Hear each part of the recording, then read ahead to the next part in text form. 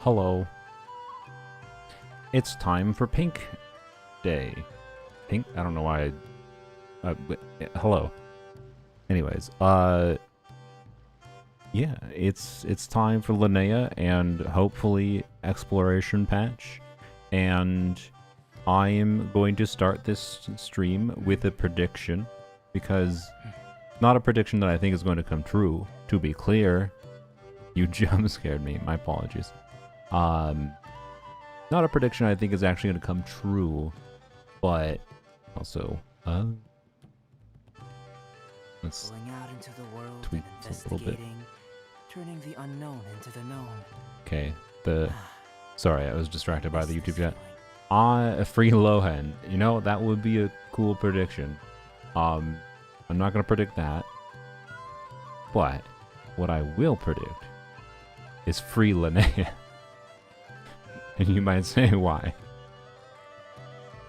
I just got jump scared outside because of someone pulling out of their vehicle. It's like 7 a.m. where I live, and I live in an apartment building on the bottom floor. Someone right outside was parked right outside my window, and they turned on their car lights. I thought it was someone like shining a flashlight and staring at me. No, it was just, sorry. Anyways, it was just them pulling out with their vehicle. What was I saying? Hello, Echo Lucas. I think Linnea will be free. Why? Because Zebai should have been free. Zebai should have been free.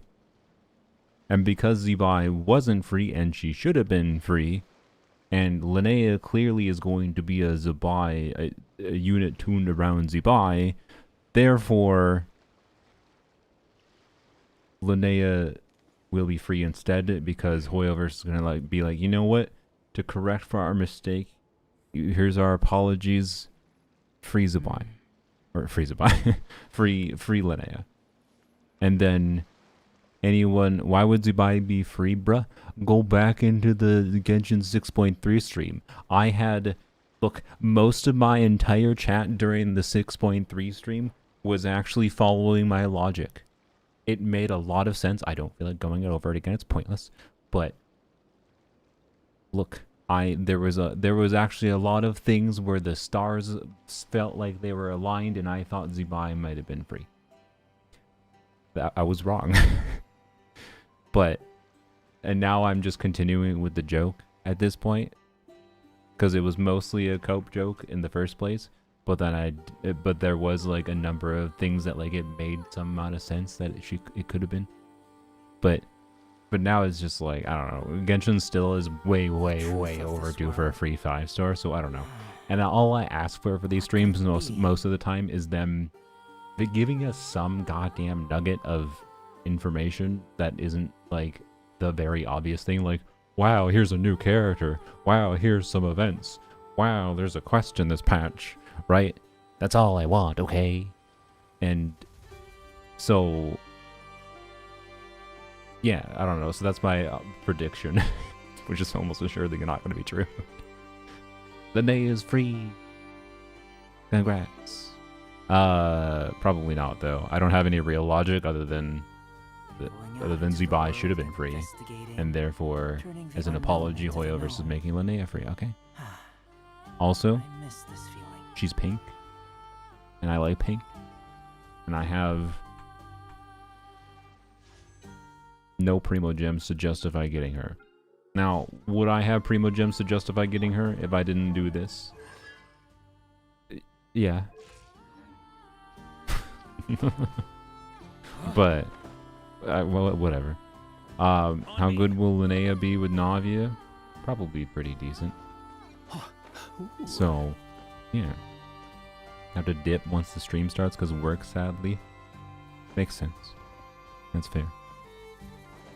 You'll have to live without Leto.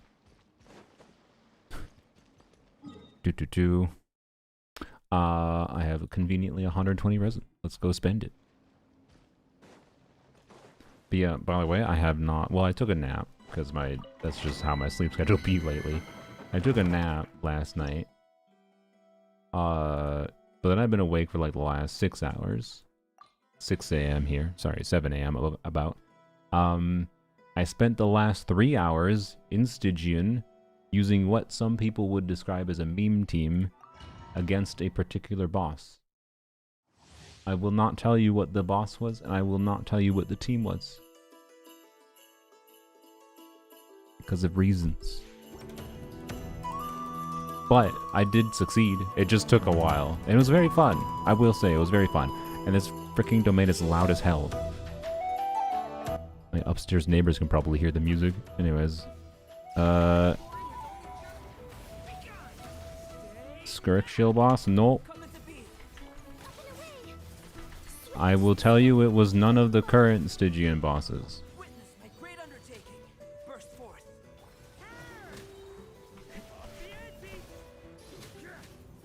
That is what I will tell you. You have 67k subs? Yeah, it'll probably sit there forever because I don't make enough videos and my videos aren't successful enough to, and I don't also ask people to subscribe, so I don't know. I gained like 1,000 subscribers in like 6 months. My YouTube channel may as well be dead, to be completely honest. As far as like, if you want to be successful on YouTube, you should be consistently growing. At best, the nice thing about my YouTube channel is that I have relatively stable viewership, which I appreciate. Thank you for watching. But, you know, expect it to be there forever. That's what I'll say.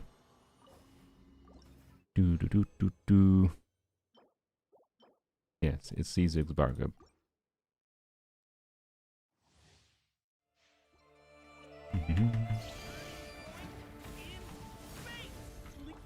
What Varka C2R1 team will clear Radiant Moongecko and Fearless? I don't know.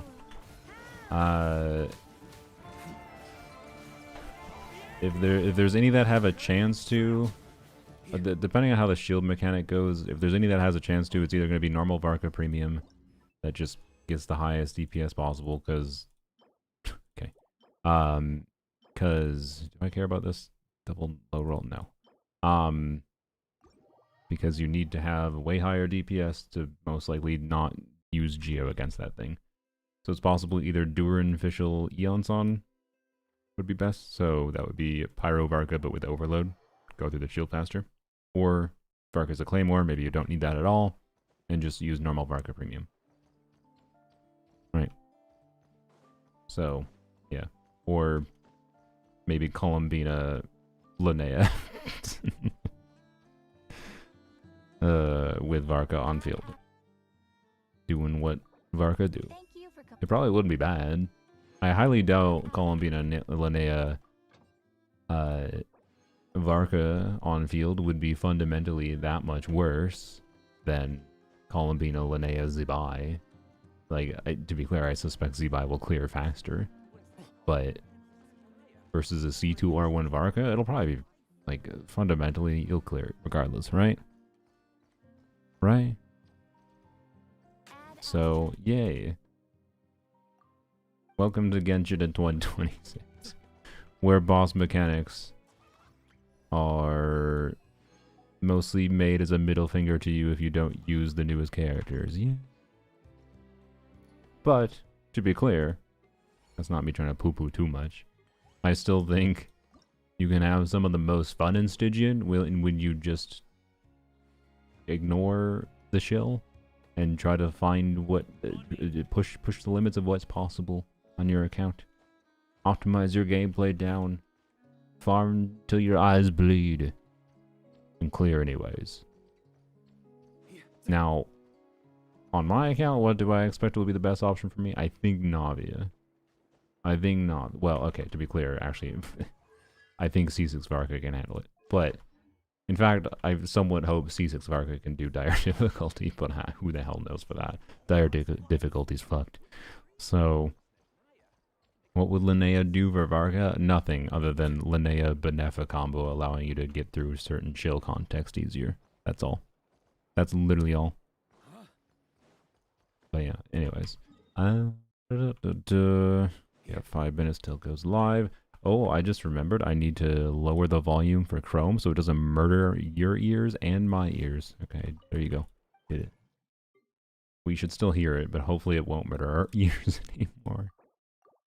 And whoa. Crit rate circlet, 4 line, crit damage substat, defense percent substat.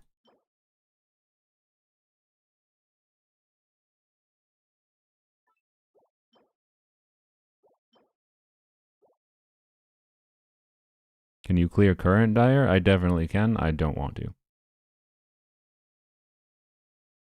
It's actively anti-fun.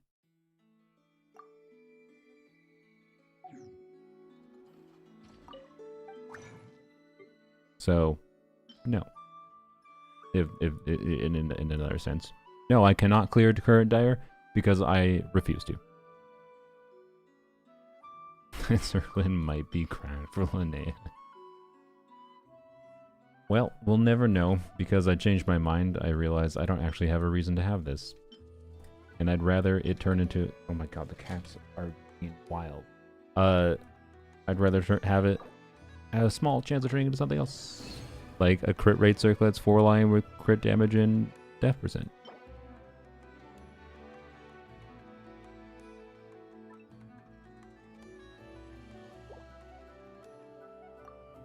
It's not 4 line.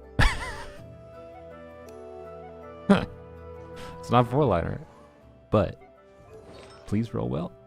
I have so many. I have multiple pieces on this damn set that I already have to reroll for albedo. Can I get one damn piece that I don't need to freaking reroll? Please.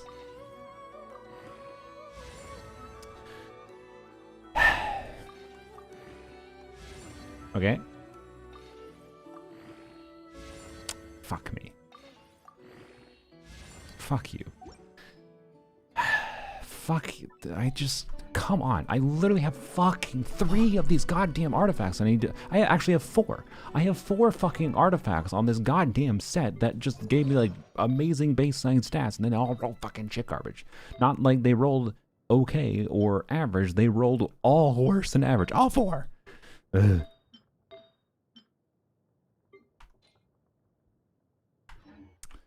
Great. It's not even a fucking 4-liner. So now, fuck. God damn it. Now I need to decide if it makes sense to... Like, I was originally planning to, for what it's worth, I was planning with the start of the patch to craft a freaking circlet with 3 elixirs. And maybe I still should, but now maybe the play is just use rerollers at the start of the next patch.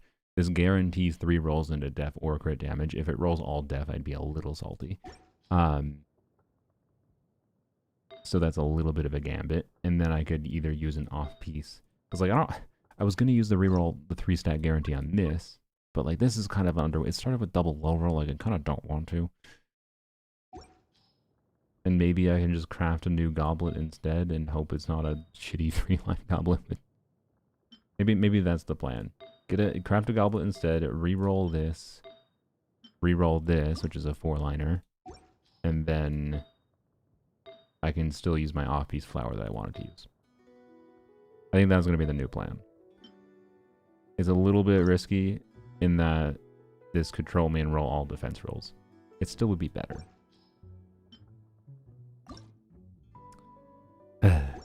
That's what I'm thinking. Because I kind of hate the idea of rerolling this anyways, right?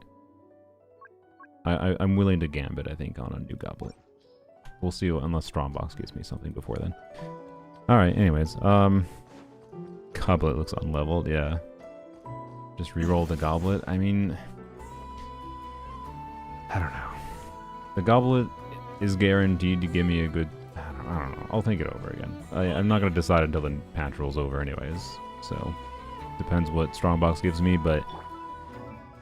Can I get one fuck-ass piece from the... The only pieces I've gotten since starting to farm Husk that has rolled well has been freaking feathers, and it's given me 3 different options for feathers. Can you stop giving me goddamn feathers? Like, can I get one goddamn other artifact to roll as like a, oh yeah, I'm happy for this as a permanent piece? No, instead it keeps on giving me freaking reroll pieces. I just, ugh. Offset def goblets. I do have good offset def goblets, but not anywhere near as good as this has potential for an offset piece. Alright, this is way too good for an offset piece. Especially with an albedo that is going to be using this.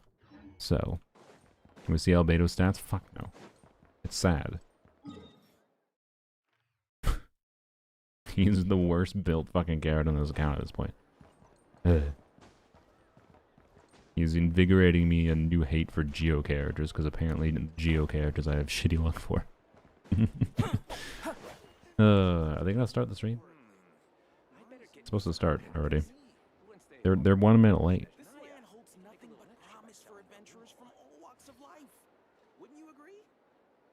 My Barca still needs better stats, yeah. Well, I'll leave that visible for now. Actually, I won't. Temporarily we do this. That'll probably be like formatted a little. Then we can do like that. I don't know. I don't want the chats to cover too much of what's going on, because sometimes we need the text on screen for translating what they say. The captions. Game doesn't feel your love or Noelle, so it doesn't give you good pieces. Yeah, apparently. Oh boy. Bruh. I can't. One fucking low def roll, bruh. One. That's what it did. It did one 6.2 crit damage def roll, and then attack %. That's. You can't see it, but whatever. You Genshin. I can't believe how loud this is. It's so loud.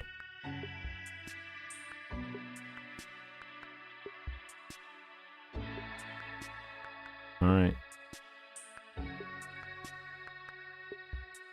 Also, prediction for Miliastra. They're not gonna announce anything immediately. I mean, they're gonna show new skins. I still maintain I'm gonna win my bet that custom combat isn't really gonna become real.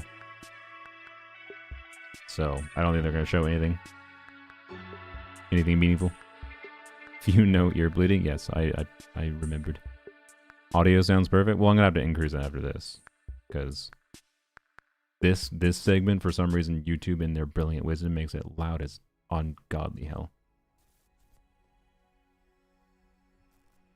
Glitchiness.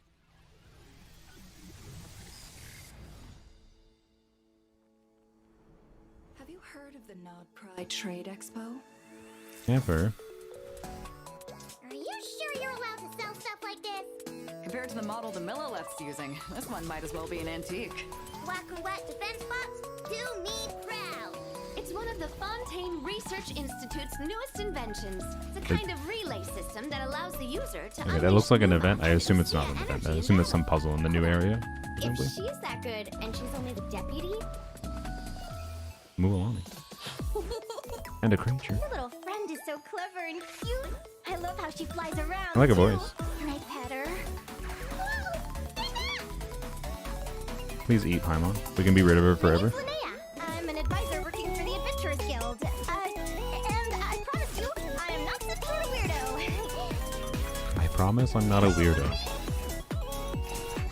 Like it or lump it. Shine like a gemstone.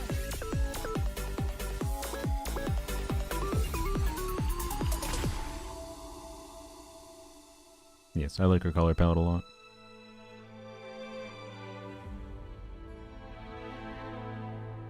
Any Mondstatter in the company of the wind shall be guided towards eventual reunion. Who the hell are Let you? the wind lead according to his blessings.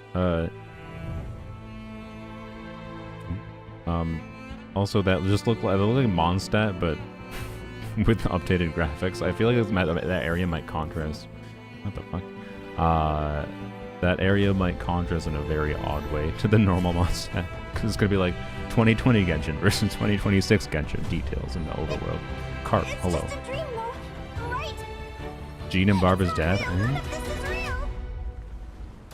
Miss Chevrolet and Hello, I seem beta. to be here in Nod Pride, Chevrolet. reeling the same fish. Shivers rerun. I've been Oh, through this Linnea moment there. so many times in my head, imagining you sharing the same pain I feel. Who's talking? What the? New character? crazy? NPC? You even lured us to Notcry to help him get it. You're better off This with is the a lot life of you lore. have. The less you know, the better. That's celestial looking. You're a lore expert. What is that thing? Can you predict it? Is it an Archon quest? I don't know. Travelers. Welcome God. to the Genshin Impact version Luna 6 Lumine VA special was a program, weird contrast to Augured that Homecoming. drama. I'm Sarah Miller-Cruz, the voice of the female traveler Lumine. An And hosting Enjo? with me today, we I have... know, but I Hey can't spoil. I guys, see. I'm Sonia Kruger, you know me, the voice of Yehoda, and I'm so Yehoders. happy to be back in this special program. Yay! Welcome back! Looks like we're still waiting on New someone, prediction. though. Yehoda's free and upgraded to a We 5-star. do have this What's different with her as a backpack here, 5-star? and it Nothing. She's still the looks like the same. one from the She's just a version 5-star. trailer.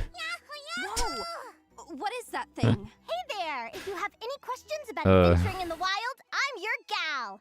Hi, travelers! I'm Savannah Menzel, the voice of Linnea, advisor with the Adventurers Guild. And I'm super happy to be here for my first special program! Oh, yeah! Let's go! There you are! Linnea was so cute in that version trailer. That tiny backpack and her little companion. So adorable. It's the chat saying. Oh, yes, and those little wings on her head. Oh, I can't get enough. They're just Plus, being boring. Pointy elf ears Alright. and all the different colored crystals. Normally they're I mean, weird, and they're just being like, oh, she's cute. Which, Pretty cool, fair, you know right? what? All those elements actually tie into Normally our there's weirder background, people so in how these about we stream take a sec chats to and learn the, more about on, it? Sound on good? the main chat. Yeah, let's go! That's good. Maybe the pink characters bring out Linnea the has less all these cringe unique people. characteristics because she's not actually a human. She's a fae from Snezhnaya. Faye. Oh, wait. We heard about the Snowland Fae in the Nodcry preview trailer, right? Looks like we're getting another She Fae does character not to add look to the like mix. Before it was just Flint Flint, right? at all. So No a offense bit more about her. Linnea to has a super close connection to nature. Either? She loves I don't adventuring in know. the wild, observing all different kinds of creatures. Her connection to nature also means she gets super uncomfortable around all things They're robotic. Snowland Fae, so they're even the same type of Fae? They Wait, look nothing so, alike. Like, she'd freak out if she saw Yehoda's mechanical arm? Well, she'd probably just keep her distance. In fact, travelers who have played through the Luna 1 event quest have seen her do just that. When Anefa talks about Aino's past near the end, you can see Linnea in the background watching Aino and the other children from afar. Oh. So, she's already made a cameo? Mhm. Seriously though, Nasha Town is practically nothing Not but all humans look alike, clankers, Saluna. robots, and machines. I mean, Look here, doesn't she Jason. find it I tough think to you live know there? what I mean. Yeah, well, it's not super enjoyable Where's for her, but Flynn's she makes is do. She spends wings? most of her time out in the wild doing research anyway. She works Where's as an advisor Linnea's with the lamp? Adventurers Guild. You can often find her at Speranza and Nasha Town, giving lectures and advice to newbie adventurers. Oh, she must really know her stuff then. Oh yeah, she's like a walking encyclopedia. She has extensive knowledge in all sorts of minerals, plants, and animals. Once she gets going on a topic, good luck getting her to stop. Oof. Really? Okay, then she must be interested in a lot of Tevat's unique species too, right? Like melazines? Oh yeah, for sure, for sure. Flint has long Linnea hair, knows high a class. lot about Linnea, taking care short of hair, animals. lower I class. mean, Is just that look how at it her works? little companion. Looks like she's in good hands, right? Oh yes, oh my gosh, she's so cute. Fae chicken? That makes So, more like, sense, yeah. What is she? Ooh, good question. Lumi here is a Jack Frost from Snezhnaya, one of the 6 most common types of Fae. She's full of Okay. personality too. She loves things all shiny and sparkly. So Lumi's yeah. also a I Fae. love that. But from So Snezhnaya. So adorable. Snezhnaya is Linnea filled even with carries popcorn. a bag of gems around just in Popcorn case Lumi creatures. gets hungry. Alright, I Lumi's a understand. bit on the mischievous side though, so sometimes she eats things she's not supposed to. We can skip button. I don't know. But all in all, she is a great doubt it. companion, and even helps out when Linnea runs into fights in the wild. Ooh, is it time to dive into her combat skills then? Let's go. Okay, so Linnea wields a Geo Moon Wheel and can convert crystallized reactions I between mean, Hydro and Geo into here, let lunar me simplify it crystallized down for you. reactions, making her a key player in Hydro Geo teams. You put Hydra with her most of the time. Let's dive into Vast the majority of the combat time. masterclass. You press E. If you want to have fun, you can smash E and do a big nuka damage. She buffs characters named Zibai more than she buffs characters not named Zibai. Not to like a crazily different degree, but you know. That's it. Oh yeah, and you can press Q to heal. There you go. Now she's healing. Wow. That's her kit. That's the tappy. And it does a big nuke. That's fine. That's it though. Assistance, Linnea can deal some That's good basically damage. it. She's a very simple She character. also offers a ton of Simple in support, a good way, including I would say. boosting survivability Easy to and understand. increasing her team's damage output. Oh, cool. So She's she's low in an power all-rounder, grid? huh? Yeah, kind of. Yeah. Plus, For whenever Lumi geo is on units. the field, all enemies' geo resistance is reduced. Okay, Pocket Girl. So resistance reduction whenever Lumi is on the field. Ugh, that's so convenient. Should make battles a whole lot easier. Oh, for sure. Linnea and She's Lumi's very teamwork is geo-focused. You just probably that don't pull amazing. her unless you Linnea plan can also to boost the lunar play her with some kind of geo on fielder. And also, if you don't have Columbina, she has significantly lower value. She's going to be a new, like, Okay, okay. the Columbina Linnea combo will be a very good, strong What about 2 her off-fielder skill core and doing a her- bunch of Ooh, damage. good question. Okay. And a little bit of supportive utility kind of thing. Linnea's Just skill like can be used Benefa in combo, 2 but different a ways. little bit Tap it, different. And Lumi will unleash an impressive strike, dealing A continuous lot a bit geo different in my damage to opinion, them. because Electra was Plus, much if a more Lurk useful for is on team the building than field, Geo. Lumi will also deal lunar crystallized damage. Yes, I know you don't have to so use that Hydro, means Linnea can deal but off-field geo damage? what That's fucking right. units are you going to Tap use your that skill actually repeatedly make her and do Linnea damage will in the feed team Lumi contest that makes gems. sense to use her in? When full, Lumi will change into her ultimate form, pull out a massive hammer, and deal a huge amount of lunar crystallized damage. I know. Oh my gosh, that's amazing. Oh my She's gosh. cute and pink, but C2 So lemon. Lumi's Yeah. got a fearsome side, huh? Oh yeah, she bites. Travelers. She bites? Me too, girl. Travelers can switch between these strategies depending on whatever suits the situation best. Cool. Yeah. Okay. So, Uh-huh. Yes, as far as like C0 investment level, that's where the the healing new comes best in. Geo team core First, is basically Linnea always heals going to be all Columbina, characters and summons Linnea, Lumi to the field to provide then continuous your support Geo to the on team. fielder, and then Okay, so Linnea might can swap provide the off-field last unit a damage, little bit, reduce depending on who the resistance, Geo on fielder and is. heal. She sounds like a great addition to Geo teams. Oh yeah. I'm sure She's a healer, so you can use Farina, Farina, which is cool. That is so exciting.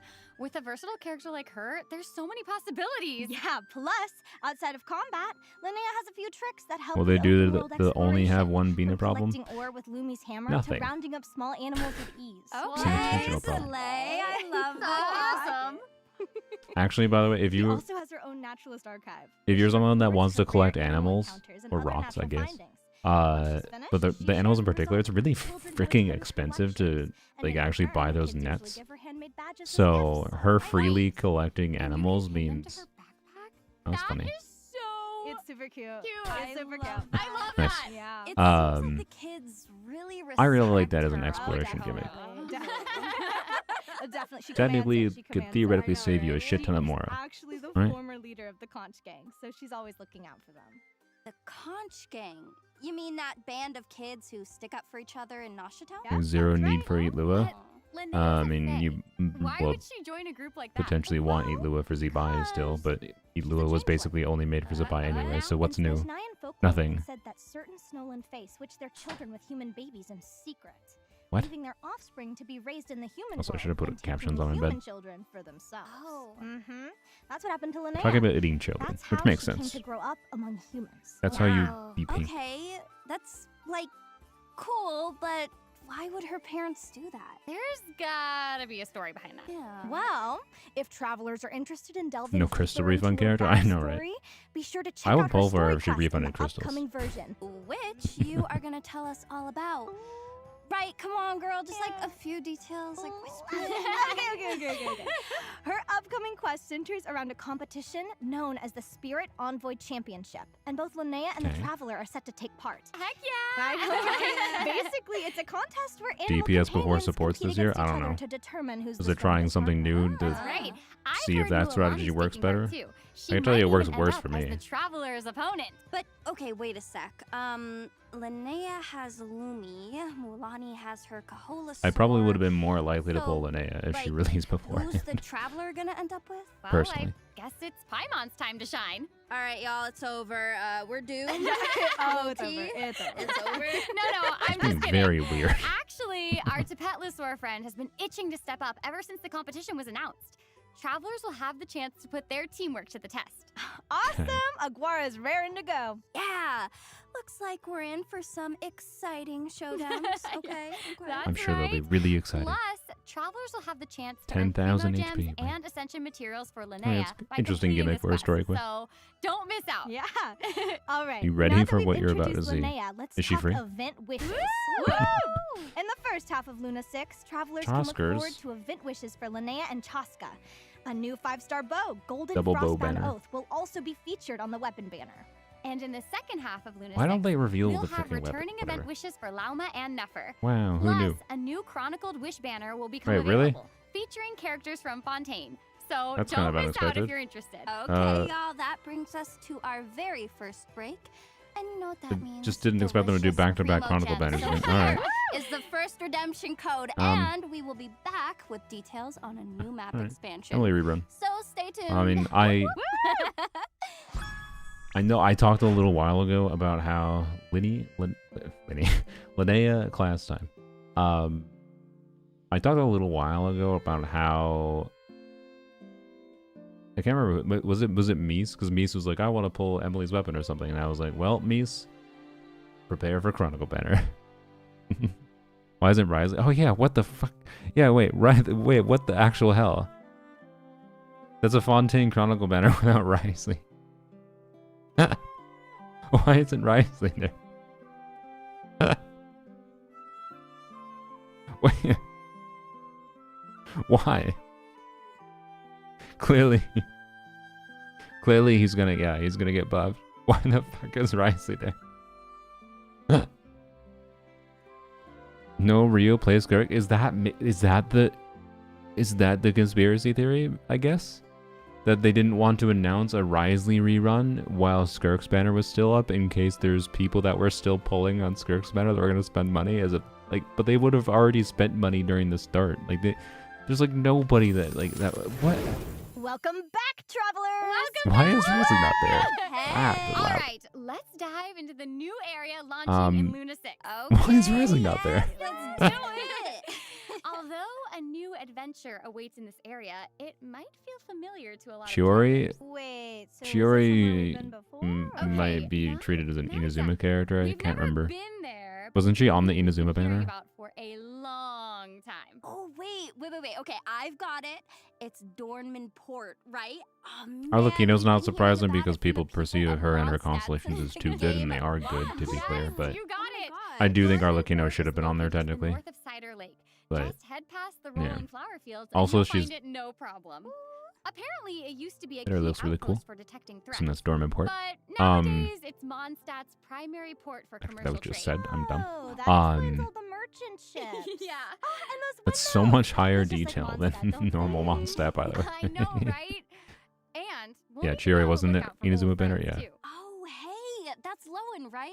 The vice captain of the 5th Hello, Lowen. company. I mean, we met what him is- in the what is last this thing? version. Yes, that's right. Oh, I love him. Travelers can look forward to Where the learning hell are more you? about him in Dornman All right. Port, along with a few other interesting Purple pieces of lady. intel. Was there a vision there? So be sure to check out the notice board while you're looking around. Okay. Um, Wait, who's that little girl? I don't know. Travelers will just have to wait and see. Although, if you're after more info, Okay. I'm sure exploring the port couldn't hurt.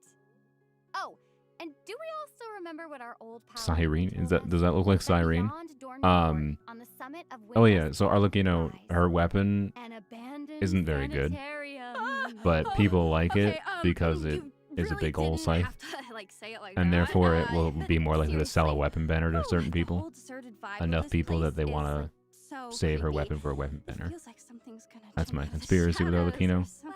And again, The Arlecchino is traveler perceived does as end good, up having an right? interesting encounter here with a woman in need of help. Emo named Cyrene. Nahida. That did kind of look Something like an special emo awaits version of the summit, Nahida. too. A statue of the Animo Archon that opens a path to the sky. Whoa. I know. So, where does it lead? Well, Wait, she had an let's take a Animo look at this vision? clip for a little You sneak spotted an peek. Animo Oh, vision. yeah. Wow.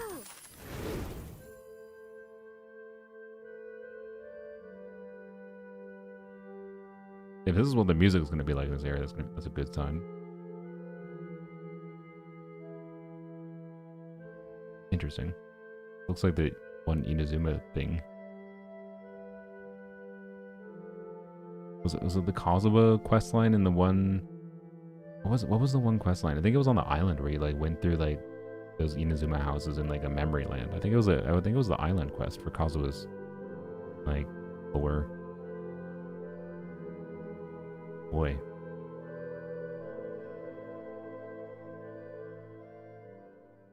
Interesting variety there.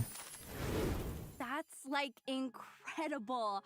I mean, I just can't believe there's a place like that just floating above Mondstadt. Well, it's not super well known. Golden It's apple said before to Sumer. be the Okay, I was Temple of remembering. Yeah, Space, okay. a repository of fragments created by Asmodee, who rules over sky and space. Oh, wow, Hmm. okay. We're gonna meet Asmodee? Are we allowed to go there? Well, I mean, the traveler did come from beyond the stars, so I guess that means we get some special privileges. Okay. Does it? Yeah, that makes sense. That Yeah, makes sense, I can't Fair argue enough. with that. So this is the ruler of Yes, it was the Space's second one, yeah. personal collection, huh? Wow, there must be There's some a incredible skeleton up above. things here. Absolutely. The Is different that seal areas of the Temple of frozen? Space are actually elevated Why, there was a landscapes moving from fish other various than the seal. civilizations Why in was the fact, seal designed frozen? to preserve their Not respective me. cultures. You have the Luyang Okay. Academy, based on ancient Liu, the Desert Pavilion, based on Sumeru, Okay, and the Mahavadpuya Chamber, an amalgamation of many different civilizations. cool. Wow, there's so much to Wow. see for real. Yeah. Plus, Interesting visual since contrast. this is Asmodee's domain, a lot of the gameplay also centers around the idea of space. Oh, okay. Explain. So, while exploring the temple, travelers will meet a friend with a mysterious background named Dex. Okay. So I'm guessing this is gonna Dex be is a our hand. right-hand man during our adventure. Oh, Get it? You get it? I You get see what it? you did there. 'Cause he's a hand. He's a hand. Yeah, that pretty much sums it up. Dex can help us unlock the secrets of this place. At Luyang Alright. Academy, he can place scrolls and unlock spaces within paintings. In the Desert Pavilion, he can open spaces within mazes. And that's just the beginning. Ah. So when he opens a new space, it's like turning the page of a book. Okay, it's Yes, visually that's very right. cool. There's I'm- lots of stuff to do We'll inside, see how but interesting it I'll is let on an actual travelers discover interaction that for level, themselves. gameplay wise, but Okay, so I'm wait, optimistic about that what one. about this person we it came looks here to very help? cool. Zeitland?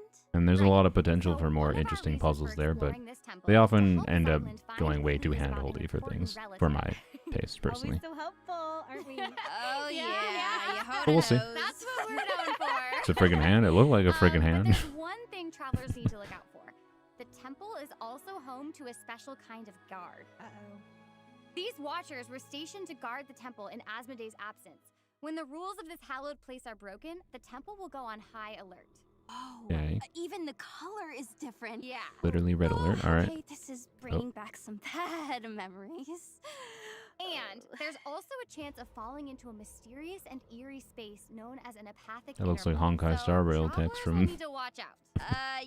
Yeah, that's gonna be a no for me. For that reason, I'm out. I'm out. Okay, don't worry. With their adventuring experience and a little help from Dex, I'm sure travelers will be able to make it out in one piece. Cryo Aether. Was that And Cryo Aether? maybe even confront this watcher Dorm once Import and next for all. version? Yeah, they already talked about Dorm Import. This is what's That red looks part of the exploration update, though. Unsettlingly familiar. The ruler of space abides no reason. Isn't that what we learned? I mean, guess that must It's not be true Enjo. of Yeah, this it didn't look like watcher as Enjo. well. Looks like we're gonna have to use fists to talk this out instead. Ooh, I'm Hey, whatever it takes to uncover the mysteries of this place, right? Glow the was chance to light learn blue. More about the Hmm. ruler of space awaits. So don't miss out, What's the travelers. default color? I am so excited right now. I know. Oh, and one last thing. Take a look at this. Huh. Man, it feels like we're What living is our that? adventures. Did you notice that Travel has the underwater sensor applied to them? Well, travelers will just have to discover that for themselves. So they in-game. Oh, so they fancy. reuse like Uncover the in this the area. fontaine Well, speaking water of things to uncover, ride thing, that reminds so me, it has there the actually sensor used to on be her 2 butt. watchers at the temple, but one managed to flee. Oh, no. Okay, where is it now? Oh. Hiding in the wilderness outside Dornman Port. It also has space-related skills at its Which disposal. ads so have be awful careful, timing. I still don't travelers. understand how to turn them off because all I Balance have the the ability to turn watcher off is follow vigil pre-rolls. to earn level up materials for Linnea. Ooh, I'm sure the travelers are up for it. Maybe not Yehoda. All right, I think that about covers it for now. More awaits in this new area than we've gone over At least change it here, to not but look like it's I'll leave water. that for Yeah, I know, right? travelers to experience for themselves in game. And you know what? That sounds like a perfect time for a break. Yes! Take a look at the second redemption code, travelers. We'll see you on the other side. Oh, primo gems. Yay. The real reason you're here.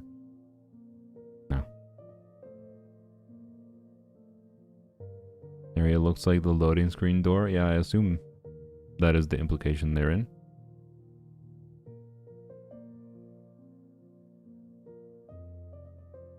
I assume this mean, yeah, so of course the lower question in my mind that immediately comes to mind as far as the loading area. The assumption was always that it was just like in Celestia, but instead it's in this temple area. Temple of Space, that is. How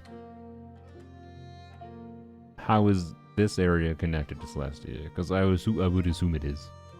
But yeah, I don't know. Gonna be crashing out in Discord later. Updated Mondstadt combos? Yeah, I imagine we might. Or they'll just do something specific to this area, but I don't know. Wriothesley not in Chronicled banner. Yeah,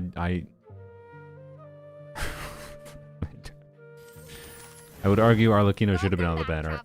Wriothesley is just confusing. Right like, into the Luna 6 events. I don't know. Word is a trade expo is taking place in I have no Nodrai, is that idea. right? Oh, yes, I don't know. ma'am. And it's being hosted by the Voynich Guild, and the purpose is free trade. So, I mean, you can buy anything from Mondstadt apples to weapons and equipment. Seriously? You can trade weapons? Guess this is Nodcry we're talking about, but still. Yep. When the There hell? are no What? explicit rules about what can be put up for sale, but the guild does have a few. It doesn't make any unofficial sense. stipulations to help the expo. Like, go off it's like, without okay, a hitch. they're I'm rerunning guessing it Yehoda's separately, got but her work cut why? out for her then? I mean, she is the curatorium's go-to employee after all. Oh, you have no idea. Especially with the big name Yeah, they could do sellers set to Chronicle take every part in the patch. Expo. Yehoda's gotta be extra careful. Barca A. Wriothesley. Not to underestimate her, but are we sure she's cut out to that? No. Oh yeah, Snezhnaya, but, like, fine. Partially because Nefer if they're not already rerunning pulled them until in the Traveler as Snezhnaya, backup. Nice. why would they not If just the throw them in the expo's Chronicle all banner set. anyways? I mean, yeah, with so And do many a Chen Ha. valuable weapons. Like, it's weird not having Wriothesley For on the sale. Fontaine Chronicle banner. Conflicts are bound to creep up here and there, but Nefer has It's one of the more pledged to interesting ensure Chronicle the banner. safety Did they of just all decide, oh wait, this is a Chronicle banner that has too many freaking... Security? That sounds like quite the challenge. Oh, for sure. It has too many freaking limited So, units if on you're it because there's no interested in seeing standard how she Fontaine pulls unit. it off, be sure to check out Free the event Wriothesley. list once it goes live. Of course, it's not Surely, all work yeah. and no play. The expo You know is what? That's full the of new code. interesting No free stuff to check Linnea, out. because duh, not. Of course not. Why Free not some Wriothesley, let's go. unexpected discoveries? Wriothesley's not on Chronicle banner because Blink he's free. Blank Crisis control switch. That's right. Flip it, and there's no Uh. problem in Nodcry that can't be solved. Wait, but what does it do? It's, I must not admit, I another don't think super I would weapon level him if they being give him told to for wipe free. out Nodcry, I'm I sorry. So, I don't know what I'd do with him. Can we ever really rule that out when Ino's involved? I'd rather use Charlotte Well, if I that's want to when apply secret cryo and do travelers no will have to damage discover with my for normal themselves attacks. In game, though. Oh, no right. spoilers, right? Zip it. Okay, got it. Sorry. Oh, I just wanted to see if I could annoy any Wriothesley man. main. Expo too.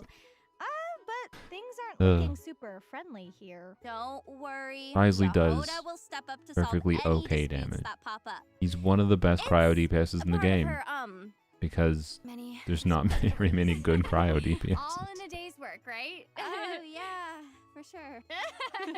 Travelers can also look forward to running into a bunch of I'm new ignoring friends your at the statement, yeah. expo, So be sure to check Wriothesley in on banner them and 6.7. see what's up. There's no way Alright, they do How that. about we change gears for a second, dive into the Well, minigames okay. in store for I don't this know. event.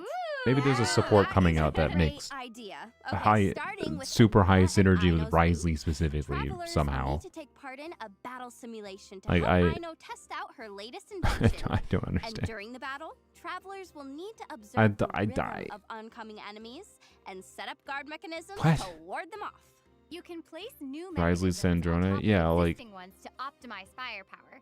That's I think the Experiment only with thing we different got, but combinations like, to come up with the strategy that works best for you. That is why? right. Make the most out of each mechanism's characteristics, and the oncoming enemies won't. Like, are they stand a just gonna? chance. Is that what? Because like, inevitably, if Alright, Sandrone moving is on to good for battles. Wriothesley, it's gonna be on a very Travelers will have the chance to test out the Nemusian not that mechanism, impressive level, one of the realistically, Fontaine with how Research they've been Institute's designing newest supports lately. projects.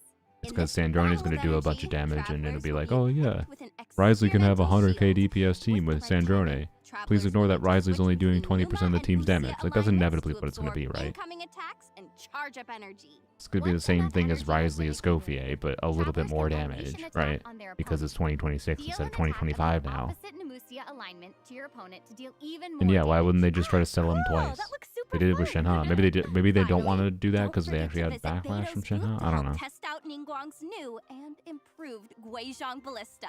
It's The so goal is to weird. defeat enemies within the time limit to earn points.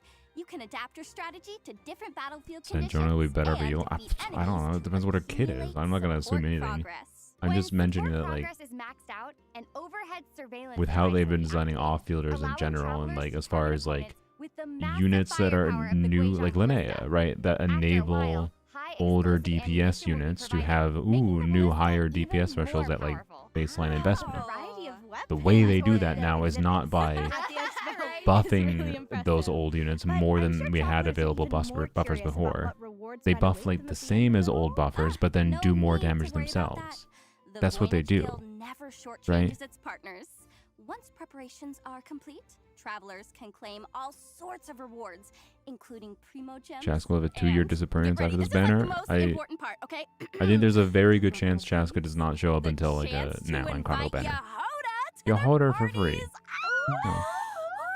So Let's go, excited! let's go, I let's can't go. wait.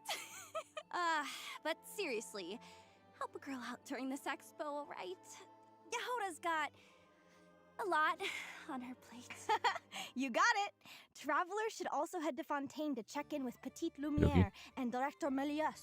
Apparently, they've invented a new form of visual media called flash cuts. Unlike traditional filmmaking, flash cuts condense fun scenes down into brief snippets.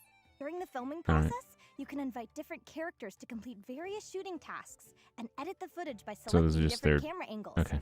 Once your flash cut is complete, you can even This is watch just the the finished variation of the product. photo event Plus, where you can do see specific what moves, other but travelers have come up with as well. that was That footage is this time. literally so Alright. cool. I Cool, guess I that guess. means it's time for travelers to get back in the director's chair. Travelers can fine. also head They're back to Mondstadt not to offensive participate events in to me. Mika's surveying Um, and mapping challenge. The goal is to mark the location of target objects on your map with as much accuracy Cool as looking possible. map. Use nearby landmarks, recognizable terrain, or the compass provided by the Knights of Favonius to help give you the I upper would hand. prefer a more Wow, that stylized map. sounds I'm like not gonna something lie. that In will general, challenge our not powers just of for event, observation. right? Totally. I like stylized Travelers maps. can also look forward to a few new character anecdotes Unvoiced in the new Varka. version. And don't miss out because Wait, it's an anecdote. I assume it's a voice Varka. See Miss Pig. Okay, wait. Alright. Is that Cardinal Seamus? Shame- Jean and Barbara's It's pronounced brother? Seamus? Guess it wouldn't be Oh my Traveler's God. Tale without a few Seamus? surprises. I love that. Excuse the me? Leyline Overflow event is also returning in Luna 6. Don't miss Seamus? out on the chance to earn double the Mora and experience drops. Plus, Thanks for the character Nicole cards funds. for Ino Um, and Dahlia, along with a consecrated fanged beast monster card, will be added to the Yes, Genius Irish name, Invocation okay. TCG. The Forge Realms Alright. Temper and Heated Battle Mode will also Seamus. become available at separate times during the new version. Seamus. Well, that brings us to the last of the Luna 6 events. Oh, Check Alright. out the third redemption code while we take a short Are they not even gonna mention anything about? Wait, is there not even new Miliastra skins? Oh. No, there. Wait, what the fuck is this? Scale Blade. Oh, they did this last time too, where they advertised a Miliastra thing by making the code Miliastra or something. He's head of the church. I know that. I just didn't know his name was pronounced Seamus. Wow. Crossy Robot and Genshin Impact. True innovation. And it's probably worse than Frogger from 1970. Sorry. It actually definitely is, because I don't know, if you don't move in set intervals, I kind of am of the opinion that it's kind of, that's just not the same. Although it can't be okay, but this is the way they're advertising Miliastra now. They're just like, okay. Welcome back, We just advertised it during the Time to go over a break. few updates to Oh, no, never Miliastra mind. Wonderland. I lied. First yeah. up, we have our new cosmetics and a Of new course, always gotta lobby mention the design. Gamba Let's first. take a quick look. Alright. Wow. Reminder, $200. Even if you think it looks cool. $200.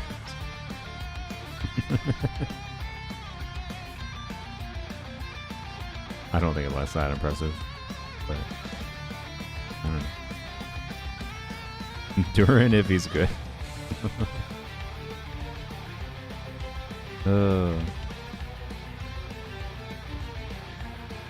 Wow, you can shoot fireballs. Wait, does the purple one still shoot red fireballs? L.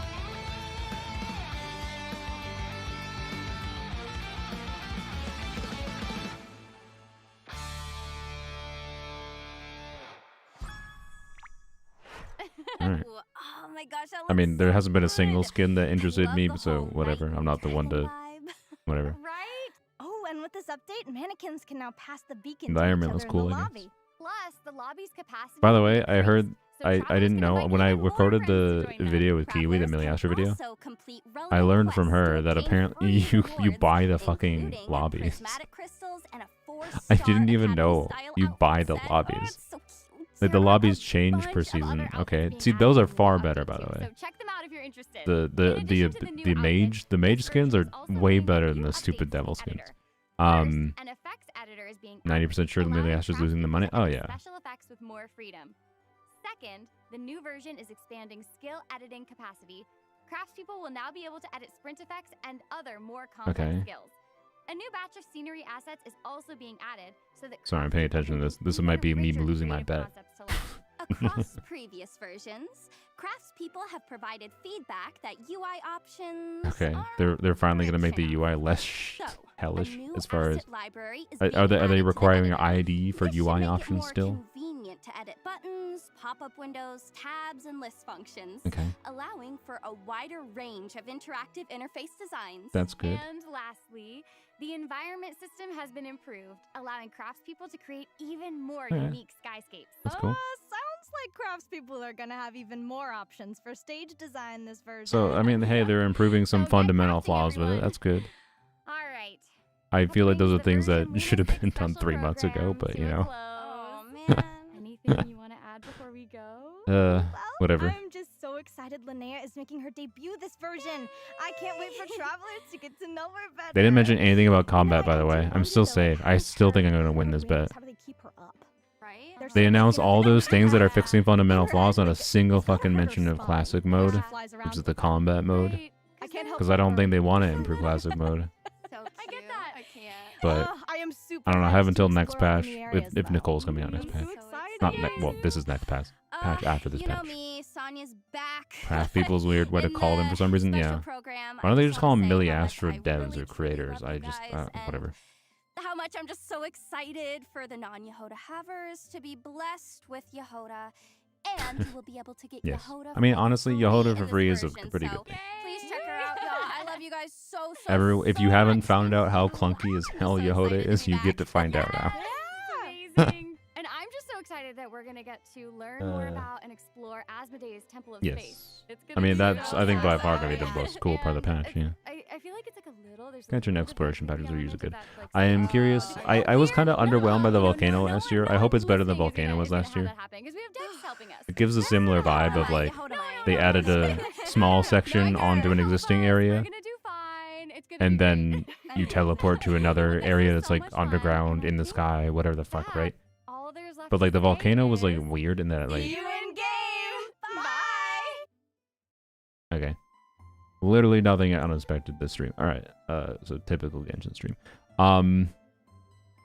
No free Wriothesley. Yeah, why the fuck is what is why? Why?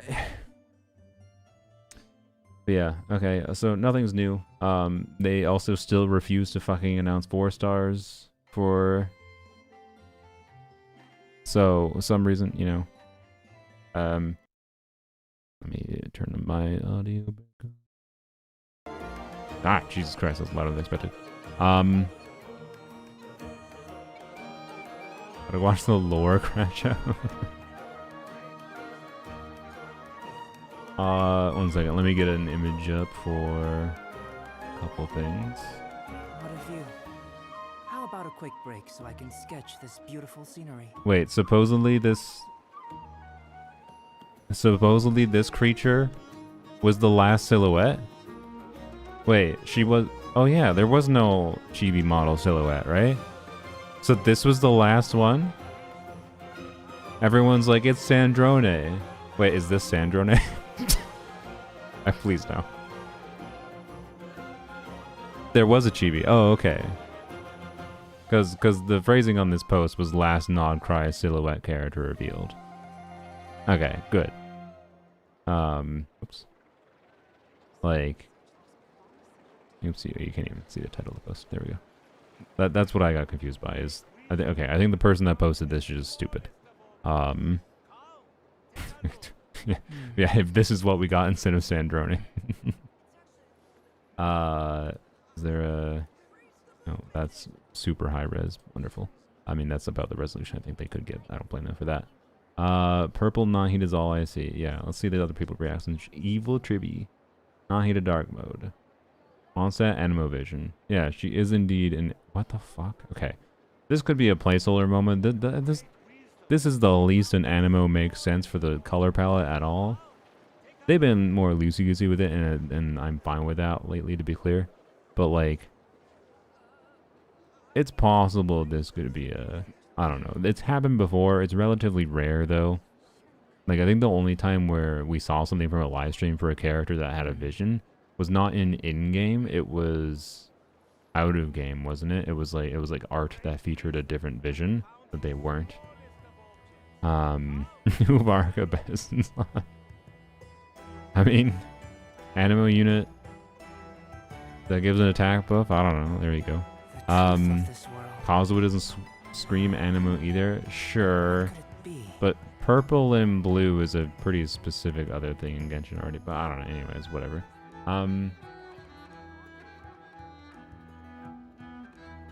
Another Animo healer, let's go. OMG, new Milliastra model. Also reeks of 4-star, by the way. There ain't no fucking way this is not a damn 4-star. There's no detail, no like extra details in the model that like say 5-star. 5-star models just look different from 4-star models. So I will eat half of my sock if she's a 5-star. Anyways, more importantly, what the fuck?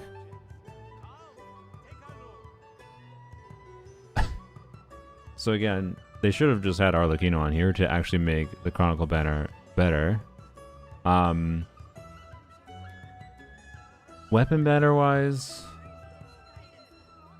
it's okay. Siege Queen's weapon is not great. Navia kind of has plenty compelling alternatives. Clorind has compelling-ish alternatives. Who's polling on this? I mean, someone who wants one of these characters. Like, why is... I don't know. The fact that you, like... Inherently a Fontaine banner... This is like one of those things when the Chronicle banner first started where like, oh, well, when they eventually do a Fontaine region, that'll be better, right? Because it's just going to be all limited units. It's not going to have a standard banner unit. And that's true. But... What a view. How about a quick break so I can sketch I would this argue... beautiful scenery? You know, I'm just going to say 2, and I'm going to leave the 2 up to you. I would argue 2 of these units aren't that valuable to most people's accounts. So, and if Wriothesley was here, that would be 3. Sorry.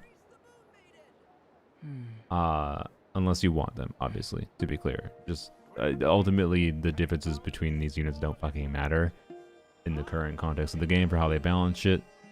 You pull on the Chronicle banner because you want to play these units, not because they're a value pull. I do think Emily is the best unit on the banner, but Siege Queen and Clorind, we know. Do you? But yeah, like, why the ever-living fuck is Wriothesley not on the banner? The only thing that makes sense to me is he's either popular enough that they think they can make money from his rerun, but like, I'd be surprised, like a separate rerun, more than they would on a Chronicle banner for some reason. But like, I feel like more people would be willing to risk wishing for Wriothesley when you're guaranteed to lose to a other limited unit, right? I would be much more willing to risk and much more willing to spend money potentially for Wriothesley if I wanted Wriothesley, if I knew I would lose to Chlora, Navia, Emily, Sichuan, Linny. Right? Like, 3 of these are characters I'd be fine with getting Constellation. Or, sorry. 1 of them's a character I don't have. 3 of them are ones I'd be fine getting Constellations for. Right? So, like, strategically, it doesn't even make sense to me that, like, if they want... I feel like people would have pulled more copies of Wriothesley in this banner if... More Wriothesleys if Wriothesley was on this banner rather than a separate banner.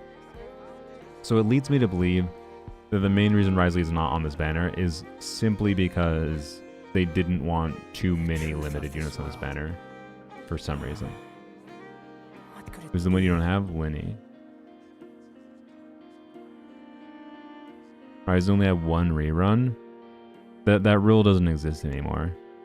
Maybe the intern that made this banner forgot that rule doesn't exist anymore. The second Chronicle banner ever, that they literally were like, we change our mind. We're going to have Shinha on this banner because it'd been 17,000 years since Shinha ran.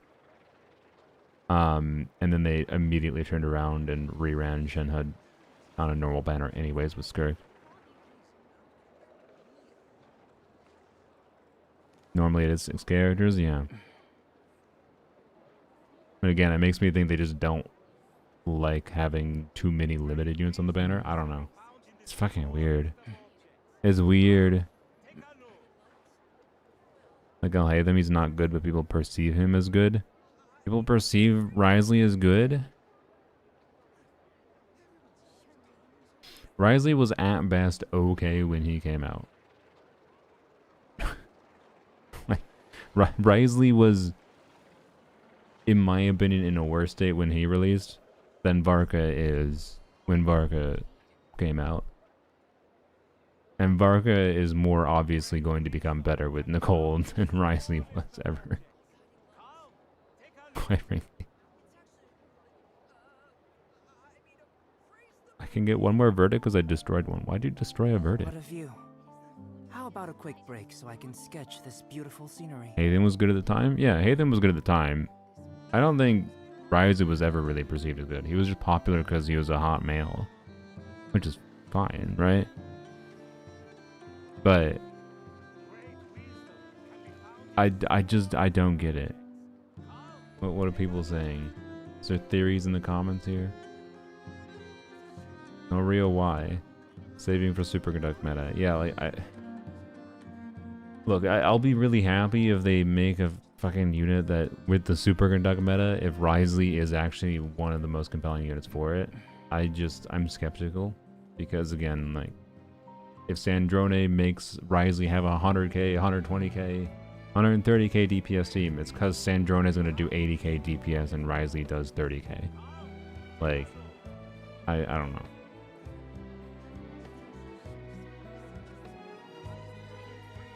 Laura CC did indeed crash out hard. Alright.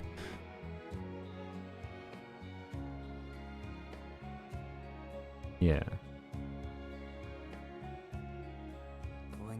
Oh yeah, Emily also only had 1 rerun, by the way. I forgot about that. Wait, Chlorine only reran once as well? Okay, yeah. So this banner already broke that rule twice. Did Stygian, or how many reruns did Stygian have? What units on here even had more than 1 rerun? Yeah, so, yeah, that is again. They also the second ever Chronicle banner broke that with Shinha on purpose. Escoffier devs are, I assure you, Escoffier is not enough to make it that Wriothesley doesn't deserve to be on here. Yeah, is that the logic? Because if the logic is that Escoffier is so good that Wriothesley has a Wriothesley is somehow good enough because Escoffier is good, like, no. But then Chlorine shouldn't be on here because Chlorine can be played with like Duran, official Chevreuse, right? Like, which is better, by the way, as far like that. I don't think that's their logic, but what the fuck is their logic? It doesn't make any goddamn sense. Who decided this? What is the point of Chronicle banner if you're not gonna rerun the characters that are like not sensible to rerun elsewise? Because like I don't know. I wouldn't be surprised the fact that Wriothesley is not on this banner. I wouldn't be surprised if Wriothesley doesn't show up for over a year. And that's only on the assumption that they maybe start doing Chronicle banners more often in general. So like it would only be a year before the next Fontaine Chronicle Wish. Right?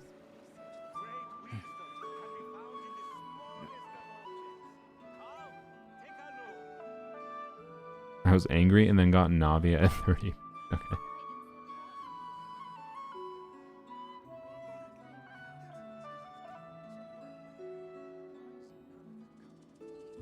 Going out into the world and investigating. I don't get it. Turning the unknown into the known. I miss Blame the solo Wriothesley Abyss clears. No. The Hoyoverse has actual real data on Abyss clears, not what we have from the community data that causes that funny statistical thing.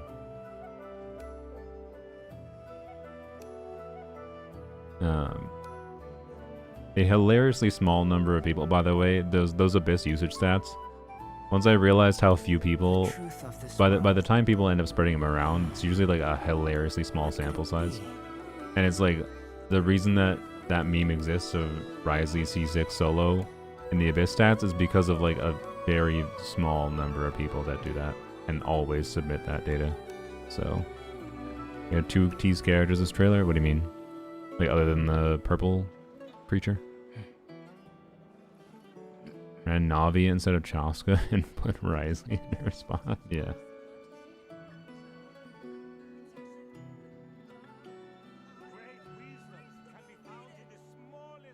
Yeah, they know he's OP.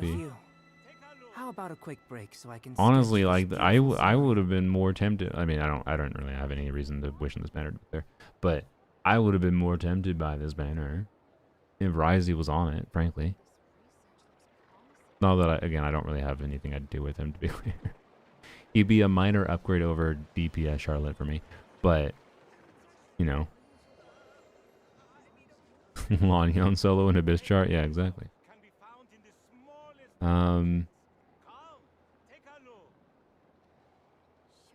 Very blurry. People say she's an NPC, but looks playable. I'll DM it. All right. He's fun to play, punchy and stuff.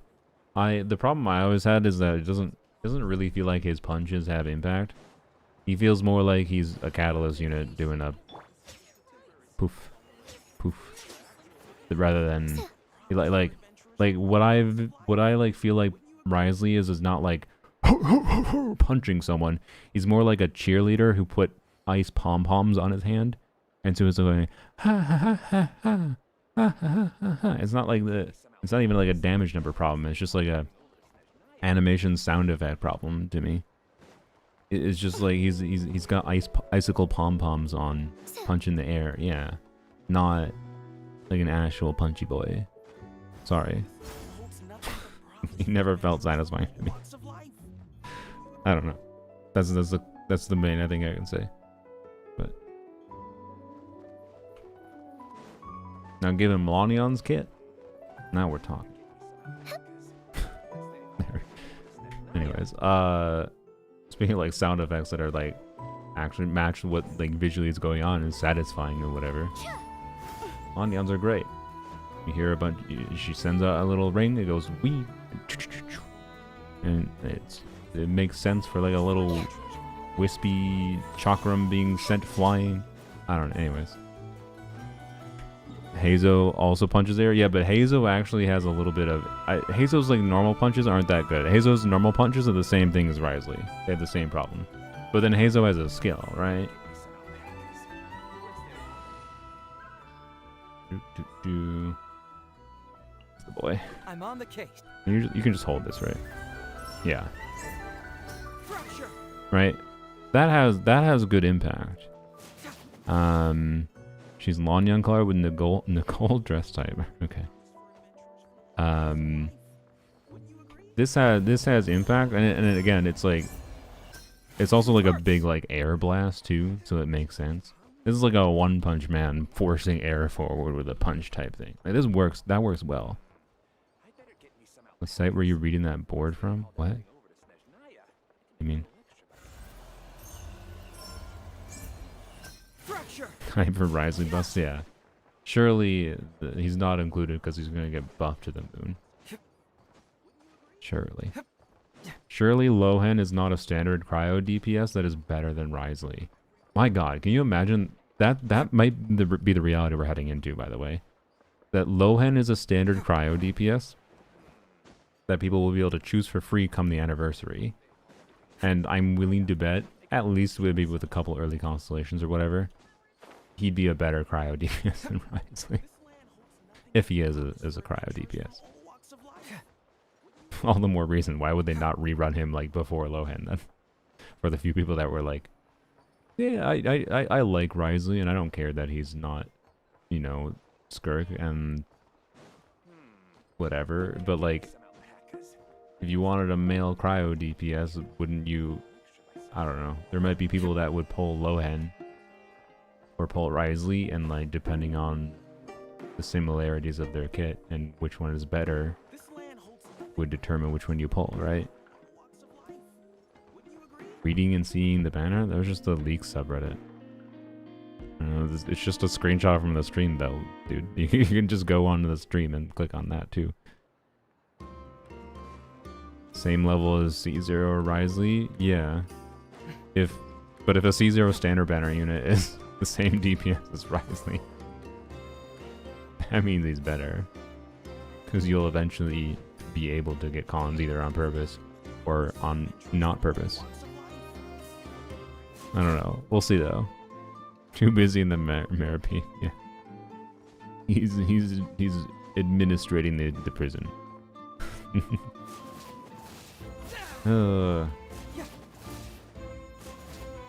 Okay, by the way, actually, honestly, I think Hazo's SFX are better than Wriothesley's even at baseline. I think it's just animal privilege with like the windy punchy sound effects work better versus the icy pom-pom punches that they gave Wriothesley.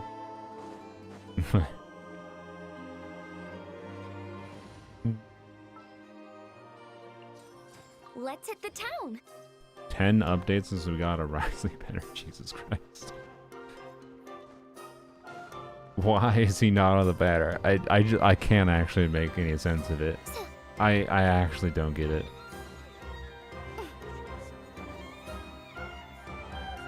He's a national my first team. Nice. I don't get it. Would they really do Fontaine buffs before they like buff some of the Liyue casts and the Inazuma casts? I'm not saying it's not possible. Also, to be clear, I literally the other day said I hope they buff outside of just doing these faction buff things. I hope they just are like, yeah, we'll go and like make it so these characters that at minimum, characters that have like a kit that was like fundamentally designed around like starting with their burst, have their kit tweaked so they can start with their burst in Stygian kind of thing, whatever. Or constellations that functionally don't do anything because of no energy start in Stygian, or do much less, you know. But I doubt they will do that, to be clear, because I think that's a feature. That's a feature that you know, new Stygian and new endgame content does not let you use many older characters. Or not that it doesn't let you, but it's much harder. To the degree that like Noelle, for example, should be a compelling unit for the Moon Gecko in the next Stygian, except where she's probably not going to be because of no energy start, realistically, right? Well, okay, it might be fine, to be clear, if you have Linnea Columbina, because Linnea Columbina maybe gets through the shield on its own. But on a level of like, it barely matters what on filler you use. So then, like, does it even feel like Noelle's doing much? I don't know. Right? Hopefully it will feel like she's doing something, to be clear. But it's still not going to feel satisfying, like, not being able to use your Noelle's kit for the first, like, 30 seconds of the fight. So, I don't know. Purple-haired Nahida is Mondstadt and Amoya. Dog bone on her back. What does the dog bone have to do with it?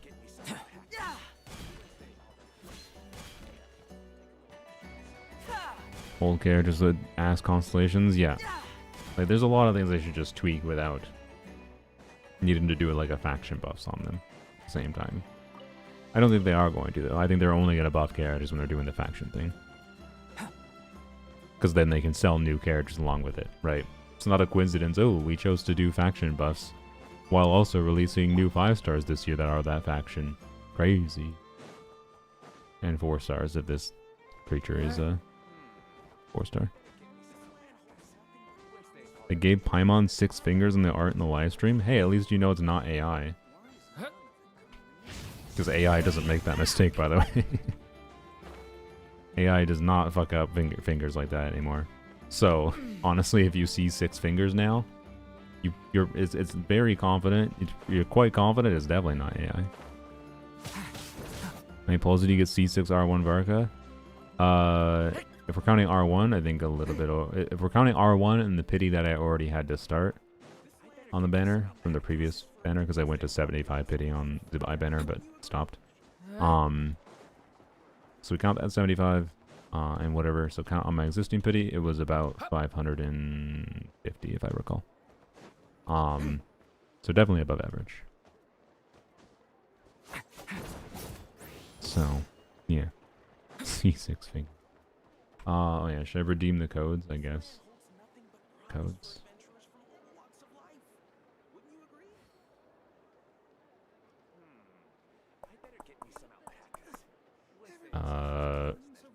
There it is. Alright. Count, redeem code, paste. Alright, here, I'll put them in the chat and separate things.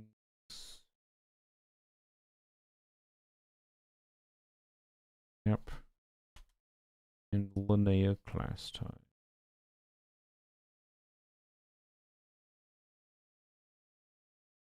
Alright, what is it? Oh, whatever. What the fuck? God damn it, YouTube. I literally had spaces there. Why do you... YouTube, thank you. It's because YouTube doesn't support fucking extra lines. Of course they don't.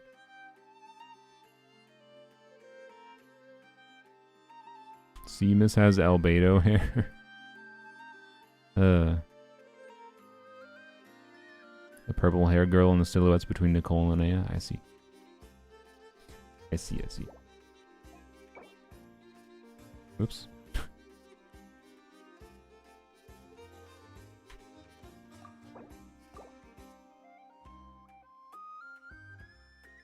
I don't know. There's not much else to talk about, is there? Normally I have more to say, but like, I don't know. Any questions about Linnea? I don't know. I'll probably have a creator server video, but you'll probably want her to buy. You'll more strongly want most people who have a particular Geo DPS that they want to uplift to be able to clear at least current content will feel a desire to pull for her. Like, she's a relatively safe pull on that level. She's a relatively safe pull on the level of you can just throw a bunch of off-fielders at most of the game's content. Columbina whatever combo, but I don't know how many teams she has that's compelling without Columbina. Not that you technically need Columbina for her, but I don't know. It's kind of in a weird spot. But she is like Inefa in that she's relatively able to stand on her own. It's just there's not that many, unlike Inefa, you know, there's a lot of relevance to having Electro in different contexts. Unlike Inefa, Geo isn't really relevant other than, you know, you use her to buff other Geo units. So like, unless you have a Geo unit you're maining that makes sense to pair with her, I don't really see the purpose of getting her, generally speaking. Unless you are like, oh no, I can't clear the Moon Gecko at Fearless, and I must clear all Fearless difficulties, and therefore I must pull Linnea, then I guess, yeah. Maybe you could do that. Assuming that Linnea Columbina beats the Moon Gecko at a baseline, but I don't know for sure. So yeah. She's like a Scoffy A2. Yeah. That's fair. She's like, she presents herself as kind of Enefa, but then in practice is more like a Scofier for Geo units, yeah. Uplifting previous Geo units with, you know, is equivalent of Farina Scofia combo, now it's Columbina Linnea combo for Geo units, right? Yeah, I agree. Never with Ino breaking the shield to clear Fearless. On Moongecko? Probably not.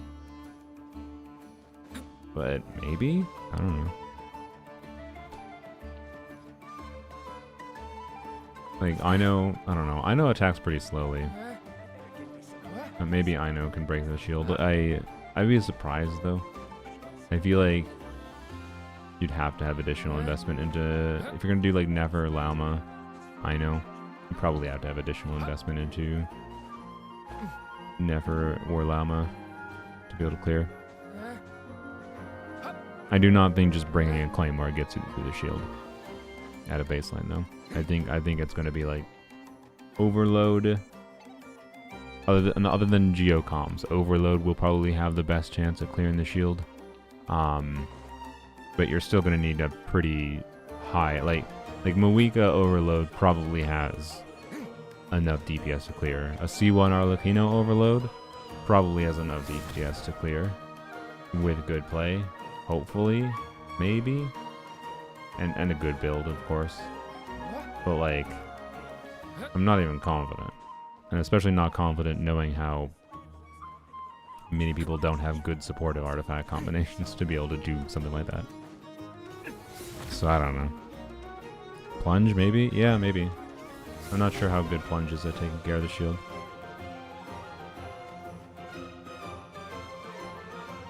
Maybe she's Gretel?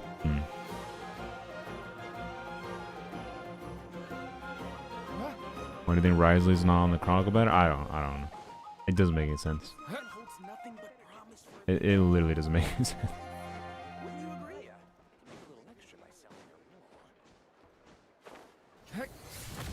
Because honestly, them just running him on his own banner just ruins a weapon banner. that's I feel like running Wriothesley on his own banner is only likely to make them less money. That's my hot take. I'm sorry. I don't think it's beneficial to them to run Wriothesley on his own banner. And I just don't know what they could possibly do other than something that is like very temporarily makes him seem okay. I don't know. Any weapon is good. Yeah, it's decent.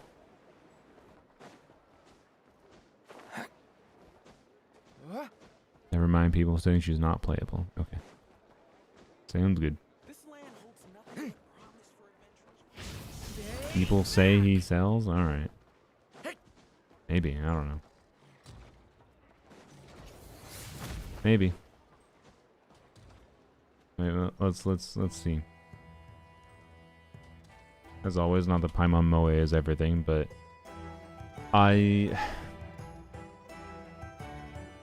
the reason I'm skeptical on the claim that wow, Wriothesley sells is if he sells, why the fuck wouldn't they rerun him more?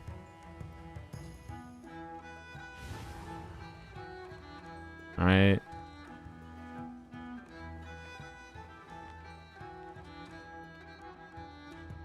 Why wouldn't they rerun him more? When the hell was this last banner, by the way? When was his first banner?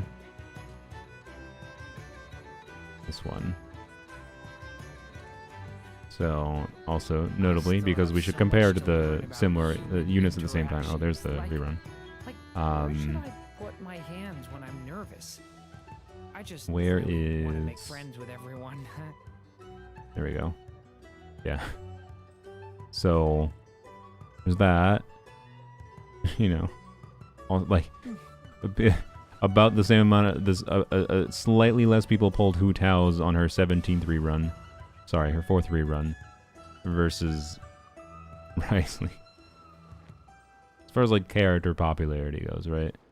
And yeah, and this was Wriothesley's last rerun banner. apparently. Or did he have another rerun? I don't think so. So is Varka better than Chaska? In my opinion, C0 versus C0, yes, but ultimately, I don't know. Like, a lot of people are comparing the two units. I think they're not even that comparable of units. They play completely fucking differently. I can't fathom, like, whether or not you want to play Chaska versus Varka. What the fucking one do you like the playstyle more of? 'Cause, like, that's honestly all that actually matters. Varka will have higher potential to scale at baseline investment, in my opinion. Chaska is interesting in how she scales with her early constellations. A little bit more interesting than how Varka scales with early constellations. Varka scales with early constellations too, to be clear. But I don't know, the gameplay is completely different, and Chaska is not a unit that adapts in the same way that Varka does. She's just always like reliant on off-fielder combos and blah, anyways, whatever. Database on left to see all rerun dates. See. I still have so much to learn about human interactions. But anyways, like where yeah, should I put my hands when I'm nervous? I don't know. really want to make friends. I'm skeptical because like the units that they expect to sell, they save to sell them. And they rerun them more. Like, I don't know. Arlecchino's gotten an extra run. Wait, Arlecchino has had 2 reruns, right? Yeah, because she had one relatively recently. Yeah. Like Arlecchino has had an extra rerun over Wriothesley. I mean, even Arlecchino is not that high, but a lot more than Zhongli. To be clear, again, we should compare to like I know, like, it seems really bad, like, compared to Wriothesley, but we should compare to other banners at the same time. Like, how does that compare to Nefer? Yeah, so talking a little bit less than Farina. So like, still a surprisingly high amount of people pulled on Arlecchino relative to Farina. If Wriothesley was rerunning here, I bet Wriothesley would be like a 20k, right?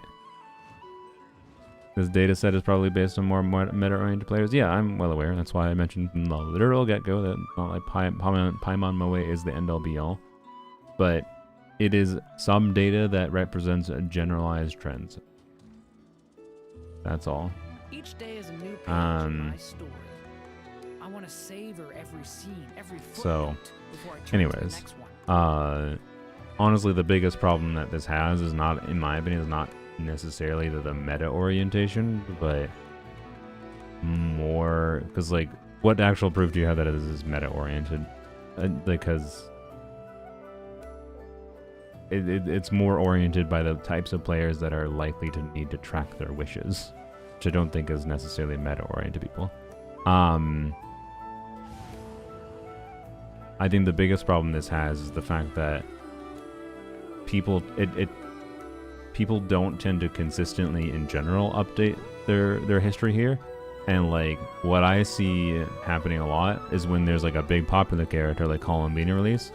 So I didn't track it that closely, to be clear, but I know this happened with like Moika, for example. When Moika had her first banner last year, right?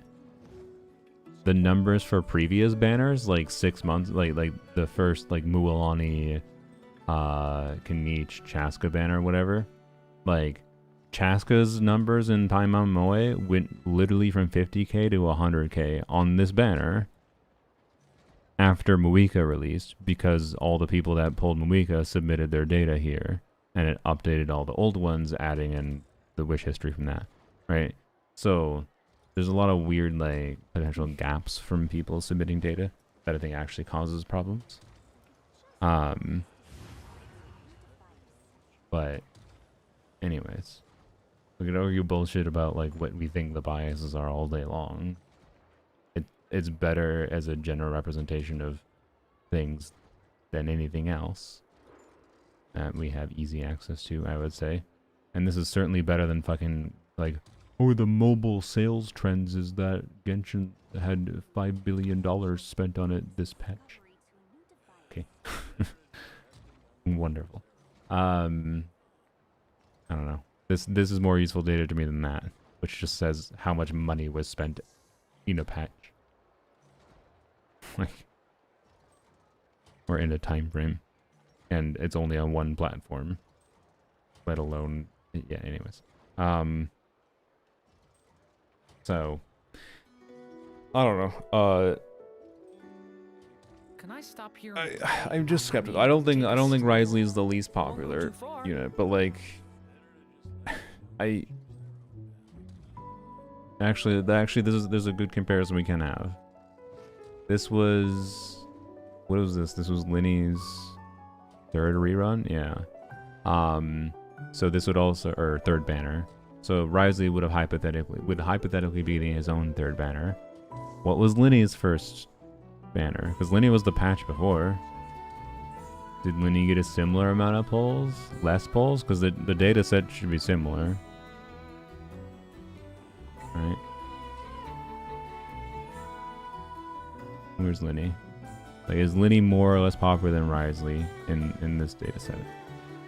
Trying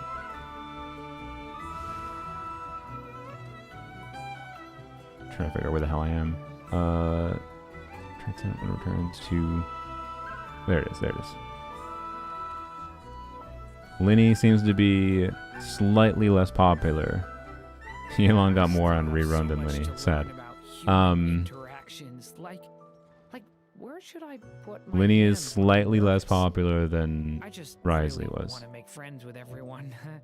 So, I don't know. Like that's where I'm coming from. And I'm skeptical. I don't know. I don't get it. I really don't get it. I really don't get it.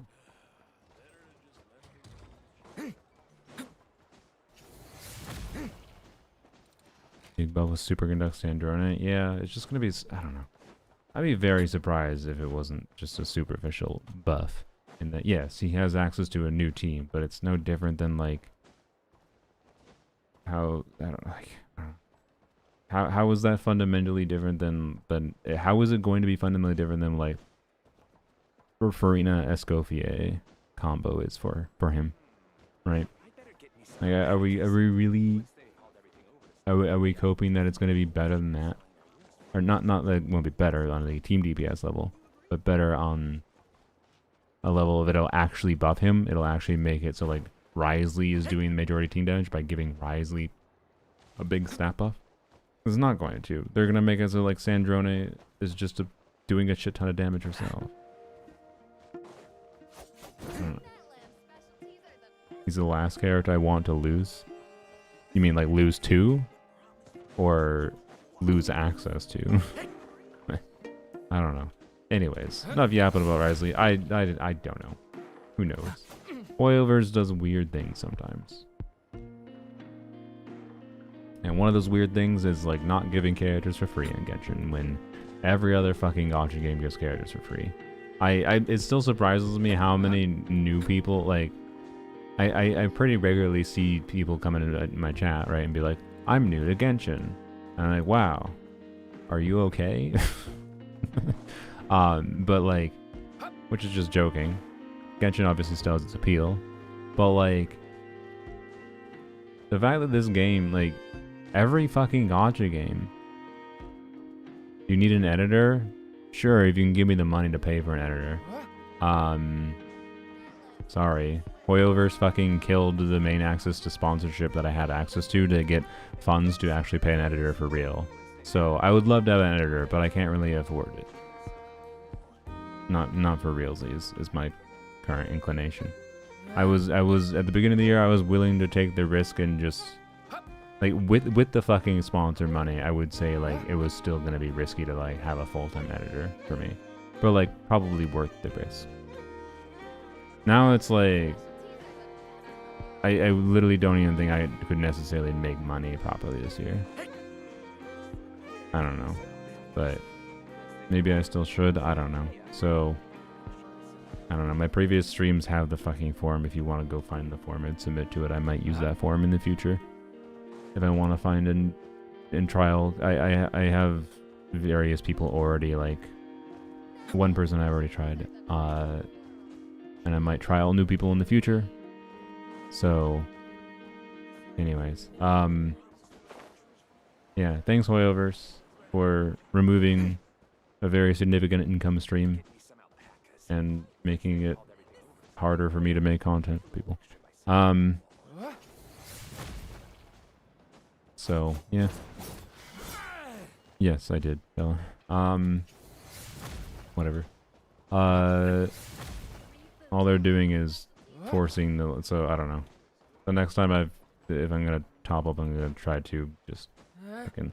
You know what's dumb? Is, like, they've removed any chance of me, like, doing Gamba content, because if I want to do Gamba content, I'm gonna have to end my stream. To, like, turn on a VPN to try to get not egregiously priced top-ups. Because, yeah, actually go fuck yourself, Hoyoverse. I am not paying your egregious prices. Not when I know that they are actually available for a still extremely egregious but slightly more reasonable price elsewhere. And I will just take advantage of the fact that the world is interconnected, and you should just...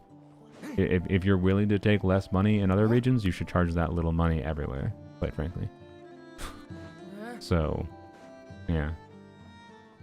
But no, instead they wanna nickel and dime the best they can. They're like, oh, Americans are more willing to pay more money, therefore we charge them more money.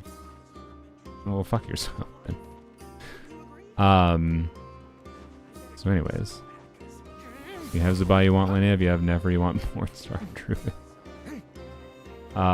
Yeah, I mean, poll priority next patch? Yeah, I guess, I don't know.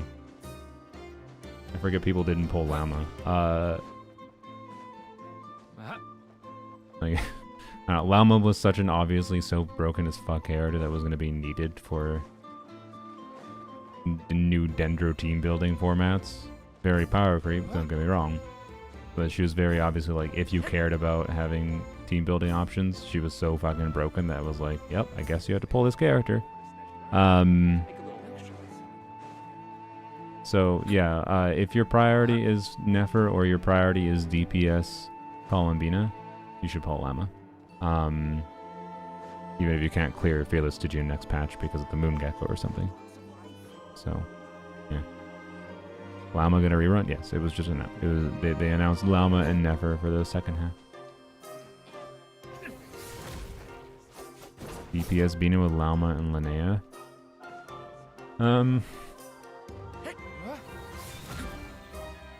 It should be pretty okay. I don't think anything would horribly not work by using Linnea. I think you miss out on something if you don't have Moondrifts active, which you probably wouldn't. Because Bina doesn't apply that much Hydro, but it still probably function-ish. $100 might be 10% of your salary in US, EU, and other countries, but it might be 50% or something. Yes. I understand.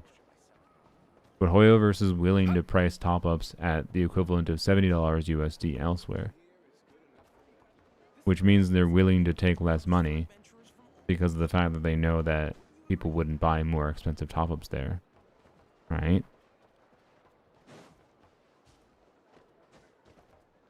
And this is a digital good. It doesn't cost them anything.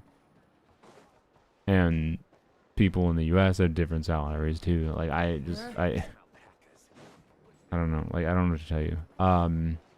I understand why they do regional pricing. I just think it's cringe as fuck.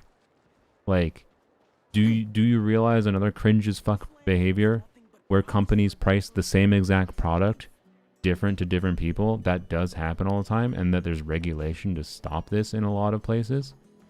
Not everywhere. There's shit, especially like online, but there's also this was done in store too. And it'll probably happen more as time goes on, at least in the US, because welcome to capitalism hellhole that the US is, which is nice. Congrats, Mood 21. You're a very good boy. If you like companies absolutely already do this, particularly online. Not every company, to be clear, but they will adjust pricing based on like advertising network data and blah blah blah blah. Like there's systems in place that will like they can know how interested you are in a particular product before you buy it and price it differently according to that, right? Like you have no idea the extent that like that's extraordinarily cringe, right? So that means they might try to charge you more or less depending on where you live, depending on other information they have access to that can influence their ability to make you buy something. That's like regional pricing, but like even worse, basically. Like regional pricing at a baseline is already like kind of cringe in my opinion. And especially for digital goods. Like, there's no cost to Hoyoverse for selling this shit, yo. There's no cost. The only thing they do for pricing in different regions is just because of the fact that they're trying to min-max the amount of amount of money they can extract from people in a particular region. And so they push the limit of what they can price it at. So yeah, anyways.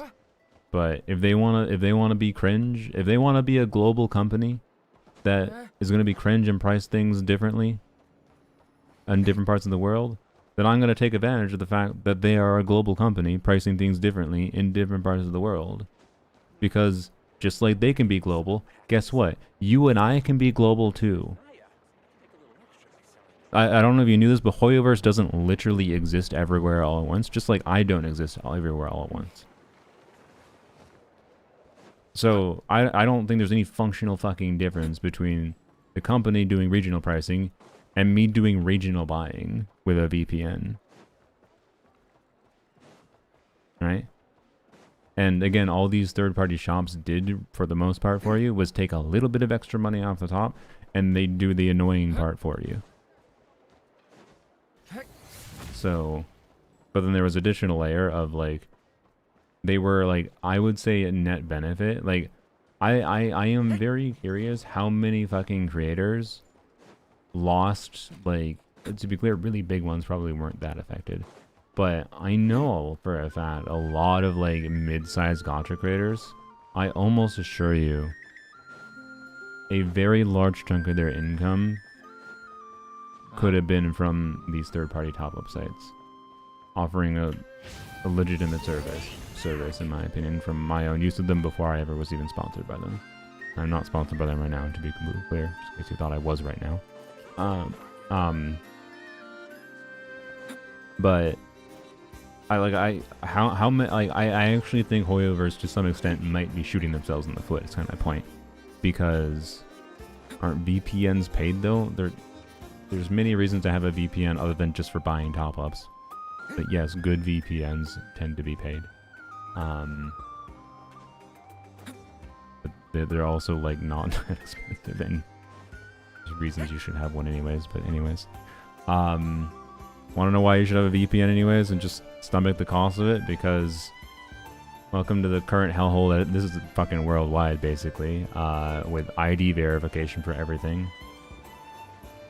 Expected to want a VPN, like, to bypass that bullshit if you don't want to give your ID to every goddamn fucking website and then have it immediately stolen because the website, some shitty ass company that has shitty ass security practices, and the like admin password for their entire database stores people's ID information and everything you could possibly want with like in a plain text file with the password WordPass. Is it easy to VPN? Yes. But anyways, it will lose a lot. Yeah, like lose a lot. I think they might lose a lot in that, like, I am going to just probably spend less money in general on Hoyoverse games because of it. And then I never need to get my ID. Oh, you will more in the future. It seems inevitable. But anyways, I'm going to spend probably less in general, I think, because of this, but I don't know confidently that other people actually will. But outside of that, the indirect effect is that removing revenue streams from content creators that were making content on your video games means that those content creators go from, hey, I can justify spending a lot of effort in my life making content for Genshin Impact, for Zenless, because this, by the way, like all of Hoyoverse's games, I went and checked. It's not just Genshin. On these sites now, they can't do the discounted pricing, right?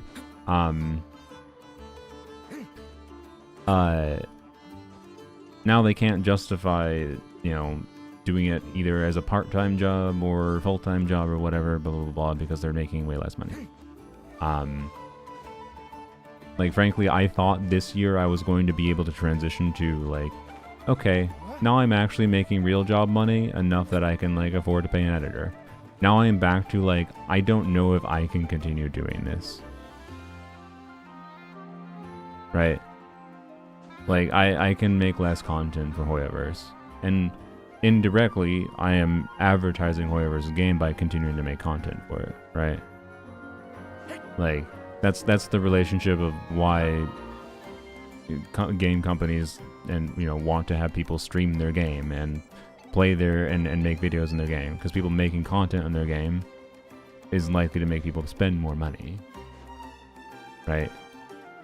If I make a video showing me having fun in Genshin Impact and someone that doesn't play Genshin Impact watches that video, they start playing Genshin Impact and they gain a potential customer, right? If I'm not making videos, and I'm not saying I'm the only one, right? But I'm saying there's many people that might not make videos. Either they'll make less videos or they will just stop making videos at all because they can't get the revenue for it to justify the time involved. So, anyways. And that, I think, is what actually is going to bite Hoyoverse in the ass the most, because I don't think any of Hoyoverse's games would have been successful if they didn't get coverage from people just making content on them. To be clear, Hoyoverse is a successful enough studio at this point that, like, their games will still be successful regardless to some extent. I don't think Hoyoverse is going to die because of this. I just do think they are potentially hurting themselves more than they themselves might realize.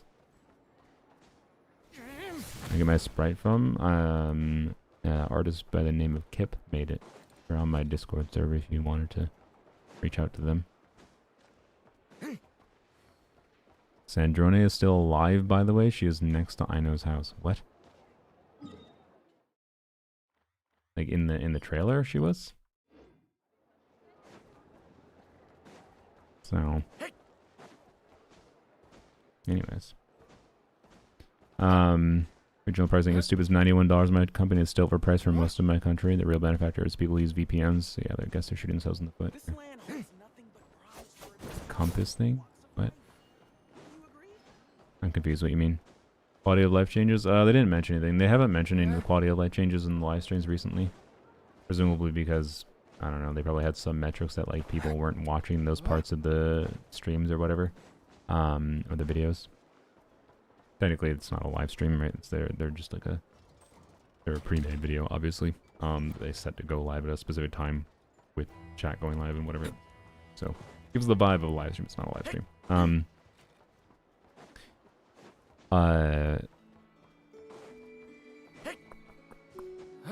But yeah, there were quality of life changes I heard about, but I don't remember what they were. It was something convoluted with artifact locking and whatever. Like, there's more artifact locking systems, which I don't know. My hot take still is I don't think artifact locking is the auto locking artifacts. I think is not helpful. Frankly, you know what I want as a quality of life as far as locking artifacts goes, and being able to deal with artifacts. I want Zenless' system of being able to trash, hit R or T to lock or trash an artifact. In Zenless, I can click on an artifact, I can hit R to mark it as trash, and I can hit T to lock it. I want that. Also, yeah, Star Rail gets real loadouts before Genshin. Yeah, like, it's just, I don't know. I feel like they're just adding more systems and make the existing system more fucking convoluted and confusing. In a way that doesn't even necessarily help people understand the existing things in the game. But I log manually still all the time, prefer to see what I look. Yeah, and I think locking manually is better because by forcing yourself to log manually, rather than just like assuming it's going whatever auto lock settings you set will lock things for you. You're forcing yourself every time you look at an artifact to be like, do I need this? Do I not need that? And you start to form like structures and patterns and like to know how to recognize artifacts that are worth locking or not and worth leveling up, and worth your time to consider for given different contexts and either characters you have or hypothetical things in the future. And you learn how to you learn quick ways of recognizing, oh, that's a 4-line piece with ER, okay, I can lock that if I don't currently have a relevant piece with ER stats already in that set, right? So anyways, has to be a code issue. I don't think it is a code issue at this point. They already made the goddamn UI and they made the thing. They did it. It already exists. You can even like you set a right? You set something here, and then you can go and click on these. How do you remember how you do it? There's a way to do it somewhere. There's a way to click on fucking here. I don't remember. There's a way to click on these and then like select a specific artifact, right? You could. Oh yeah, it was actually sorry. It was just this, yeah. And then you can select this piece instead, right? So or why is there a timer on? What the fuck? Why is there a timer on it? Anyway, whatever. So I can click on this Shenhe piece instead, right? And then I can hit equip, but then it doesn't actually save it. It doesn't save it. They already made the fucking system though, with the UI and everything, and the UI is perfectly acceptable. Like, if they want to do this fast equip system, and then if I want to actually save my own custom thing, all it needs to do is have a fucking save button here. Because then I can just manually choose all 5 of the pieces and then I hit save. And you can't tell me, oh, it's because it can't, like, remember the blah blah blah. What do you mean it can't remember it? It already can remember it, but it can only remember the default fast equip setting. There's no way it's a code issue. I refuse to believe it's a code issue based on the thing they already implemented. Doesn't make any sense.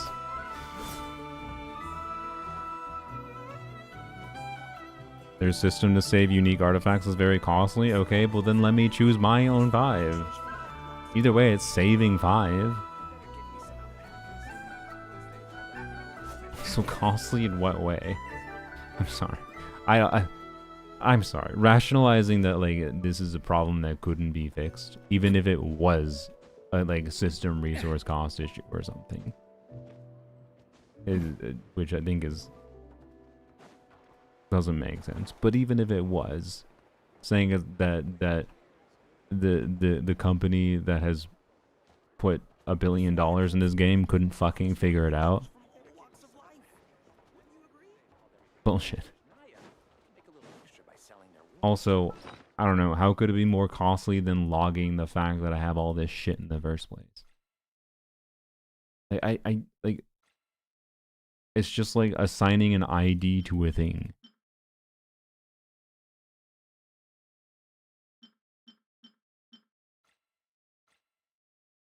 I like, what do you mean? I don't know. Anyways, I'm not saying there might be bad programming attached to it, but it could be fixed.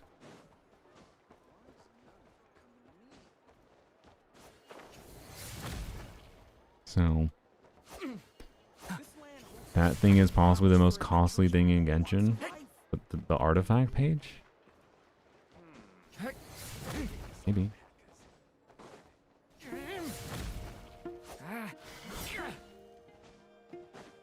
Anyways, It doesn't matter. They should fucking fix it. I don't care. They can implement something that actually makes sense. I really don't give a shit, especially if they're gonna be cringe fucks that are forcing people to pay more money for top. Not forcing, just making it more cringe, whatever.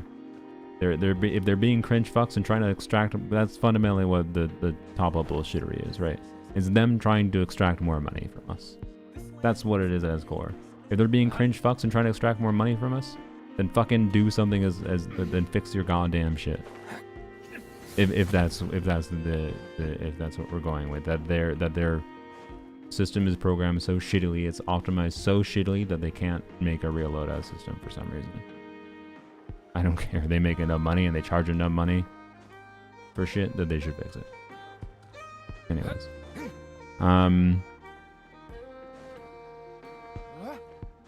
so anywho's, enough negativity. I don't know, the way they're balancing shit in Genshin lately, both character kit wise and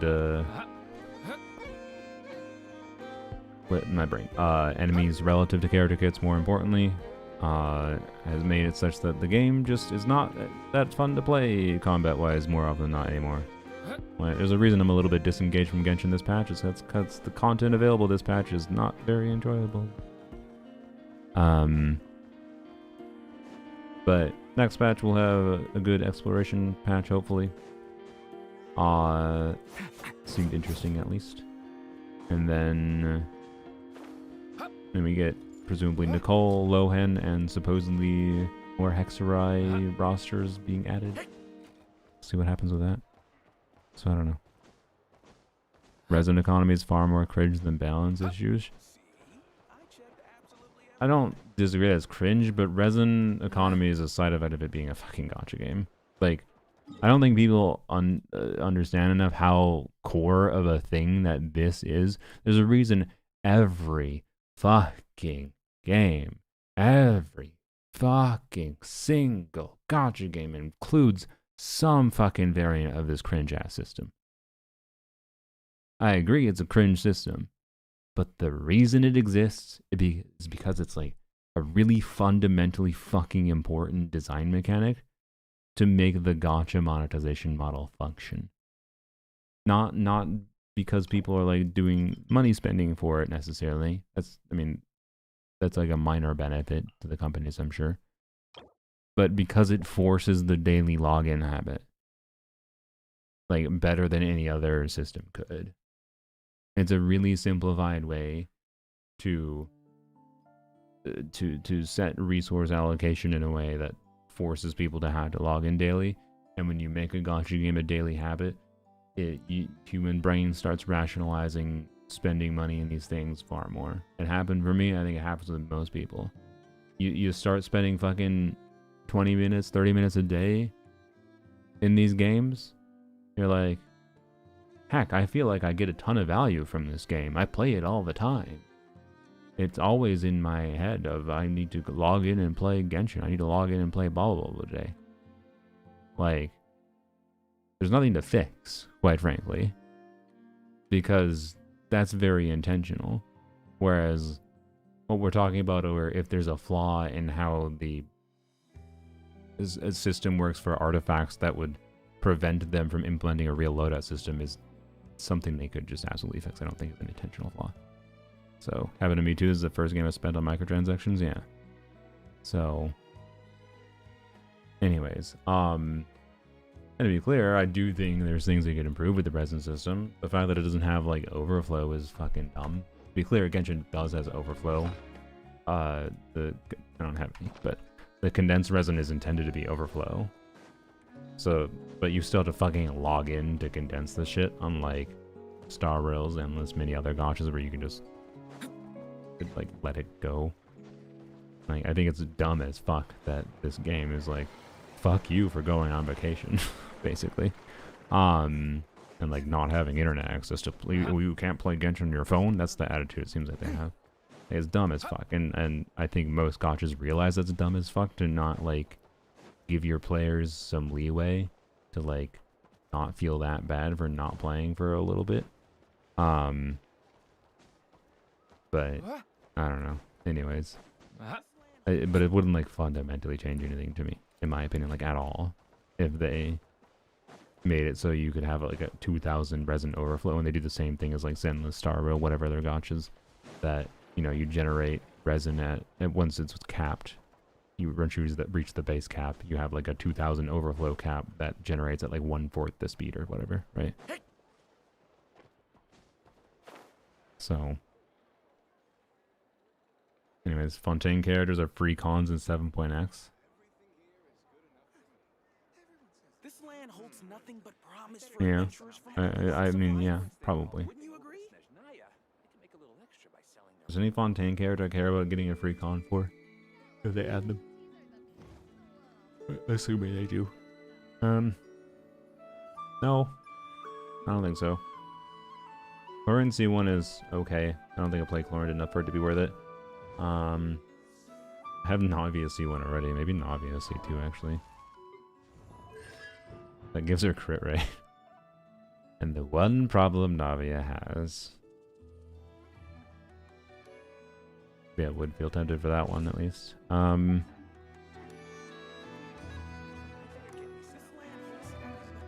Everything's random. Books, yeah, the everything is random element is just that. I think is a thing that could change. To be clear, I think there is too much fucking shit in Genshin that is random. Every fucking thing has to be RNG hell. It annoys me so much how fucking random talent materials are. To be clear, it all statistically trends towards like if I'm crowning a character, it almost always costs exactly like a very specific amount of resin. Very rarely does it like deviate more than a tiny little bit. It's still annoying to have to like, and the very fact that it barely deviates is exactly why it's annoying, right? Because it's annoying and like, oh, I'm almost done farming for this talent. I go into the domain and it gives me 2 silver drops or whatever. And it's like, fuck you. So, when you needed like just one, just not the bare minimum, right, to be able to finish. So it just creates arbitrarily negative experiences for no reason at all, essentially. And again, I think Hoyoverse themselves recognize that's a dumb fucking system because they don't do that in their other games. But the fact that they refuse to change Genshin is annoying. Same thing as like, why the hell the daily locked resource materials for talents and weapon materials is still a thing. Like again, in Genshin they kind of fix that because the anytime for 1/3 of the time, anytime there's a new banner, right, for 1 week, they stop daily locking now, right? Everything's just open no matter what. It's just like, okay, assholes, if you acknowledge that that is a shitty system, that you're gonna make it 1/3 of the time, just fucking delete the system. Just stop it. Like, just stop it. Like, why are you doing this weird fucking half? Like, it's just like, so they're weirdly attached to like keeping the like vestiges of the shitty old structure that they have. I don't understand that, but I don't know. It could literally be as simple as like, there's some high up person working on the Genshin team that is like responsible for making a lot of decisions. That was like one of the founding members for how one of the people that like made the decisions for how to make the systems in the first place in the game, and they're like stubborn about shit. Kind of thing. It could literally be as simple as that. But anyways, I don't think for the resin system anything's gonna fundamentally change in ways other than like minor quality of life things. So I don't know, like we had last year for the changing the condensed resin, which was, oh, so I gotta go take a nap or sleep, whatever. Which was, in my opinion, one of the more beneficial changes they've made to the resin system. But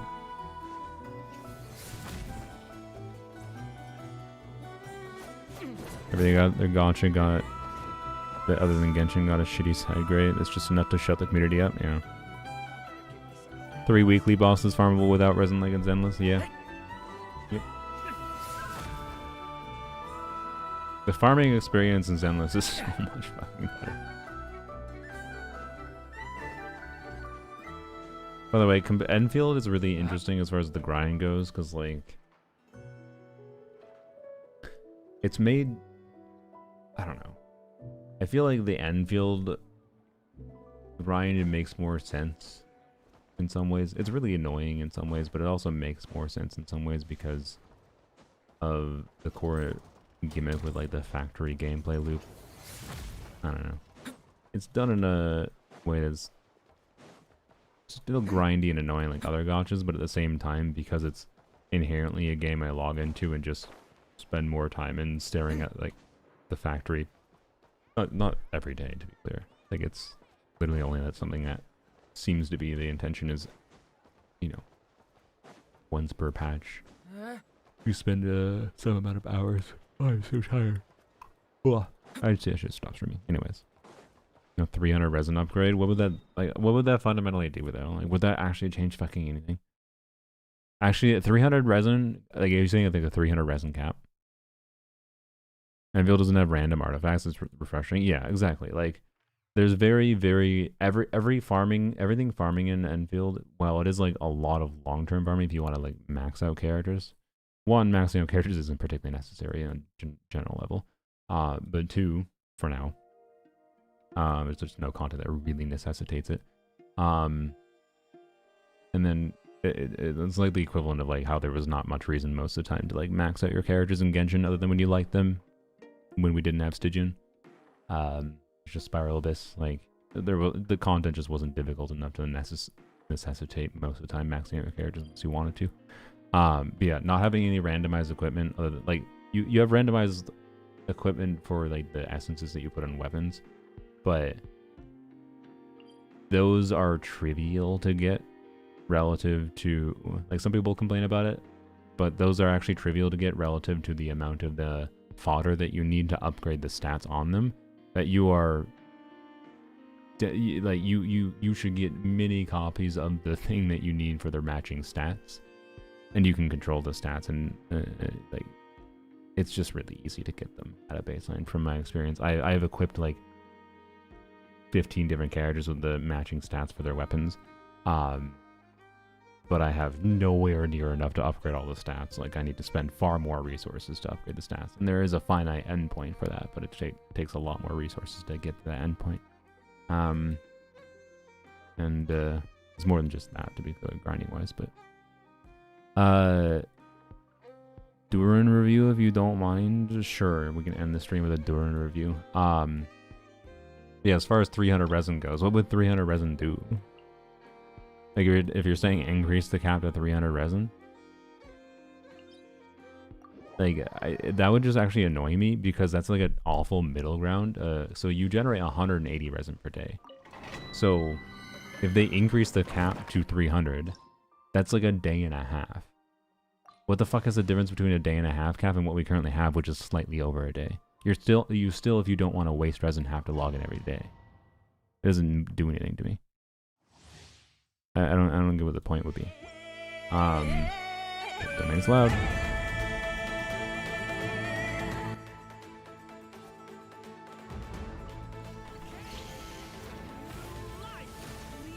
$300 means you can craft all 5 condense at once.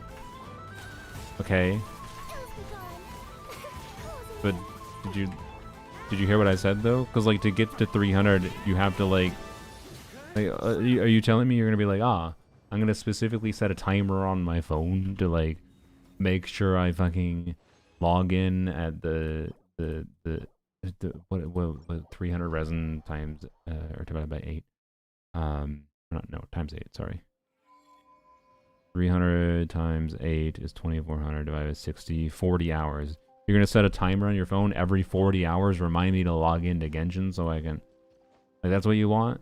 Because that's all it's going to gain you, is going to gain you the privilege of logging in every 40 hours instead of every 24. For resin specifically, not the other daily resetting things potentially. Resin's the main thing that matters. Well, no, I mean, dailies matter. Like, it lets you skip every other day, I guess. Real problem is that Resin takes too long to refresh. Does it? I don't. Are you, Mob? Are you gonna make the argument that like in Star Rail or in Zenless I get 1 per 6 minute? That's so much more. It doesn't matter. It's about what you can do per unit of time, not how much generates like per minute.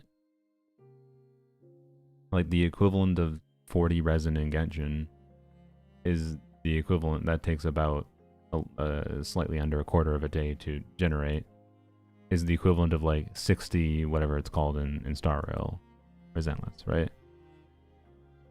I want to be able to do more in Genshin. I mean, sure, yeah, but like ultimately that's just like the side effect of the core thing. That's just the problem with the resin system inherently. It's meant to specifically restrict how much you can do in a day, right?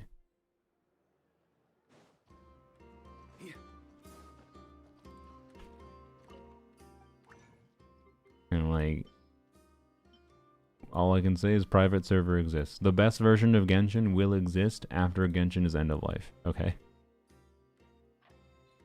Because it won't have the resin system. I agree. But also I think most people would, given they could grind things in like forever, would end up not being as engaged with the grind. There's a core parts of the way that the grind is balanced, that is balanced around the daily login experience, not you can grind for 10 hours straight. So Mies, goddammit, you rated me right as I was gonna end my stream a little bit. I'm yapping too much. Hello, Mies. What'd you think of the stream? But hello. High roll, low roll artifacts. How would they do that? That's one of those things I agree. I don't think there's an easy way for them to do that after they already released the game. That's not a thing you can do after you release the game and make that's too fundamental of a system. Too many things are balanced around that. Chronicled Bomb versus Coffee Linnea. Duran 2? Are you... Duran 2 is Albedo. Or maybe Nicole is Duran 2. I don't know. If we're talking... Oh wait, it's squared, I guess. Who is Duran squared? Are we saying Linnea is Duran squared? The little girl. Oh.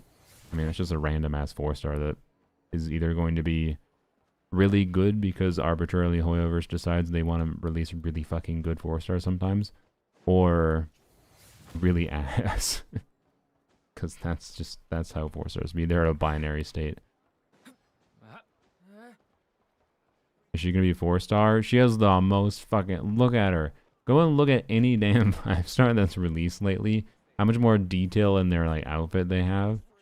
She has like no fine details in her outfit. I would be very surprised. I'd be so damn surprised. But I don't know. I kind of hate chibi characters, quite frankly, in Genshin at least. So anyways, she looks about as detailed as Linnea. Linnea has a lot of fine details on her. I can go and like pause I can go back to the live stream and pick out specific things that actually show Linnea properly. And there weren't that many spots where they like did that to people, but I don't know. Anyways, I'm willing to admit it could just be my bias against chibi model characters, but like I would be surprised. For what it's worth, I thought Eon's on was going to be a 5-star. Although I don't think we had her model before we had her kit, did we? So that's not really... We only had like art of her or something. I won't go too far.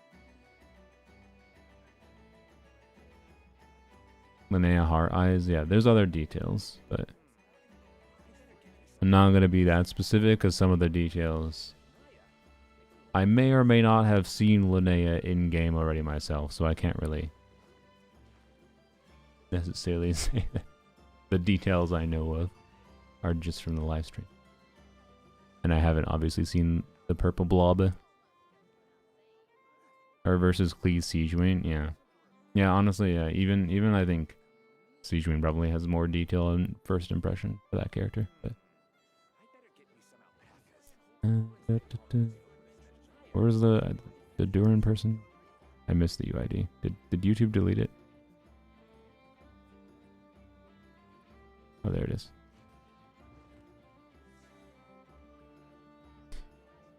But anyways, I don't know. I don't know. We were having a lot of yapmies about random bullshit, but we were yapping about quality of life, and inevitably people started talking about the Resin system, and I started talking about how like fundamental that is to gacha games, and how like a lot of the complaints people have about the Resin system is just like, well, you shouldn't be playing a gacha game if it's actually that problematic to you, because it's too core of a mechanic to gachas. That's my kind of opinion.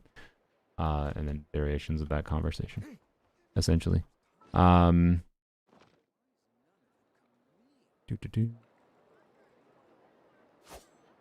I need to go to sleep. We'll do a Duran review quick. The Duran copy pasta, Gentle Heart.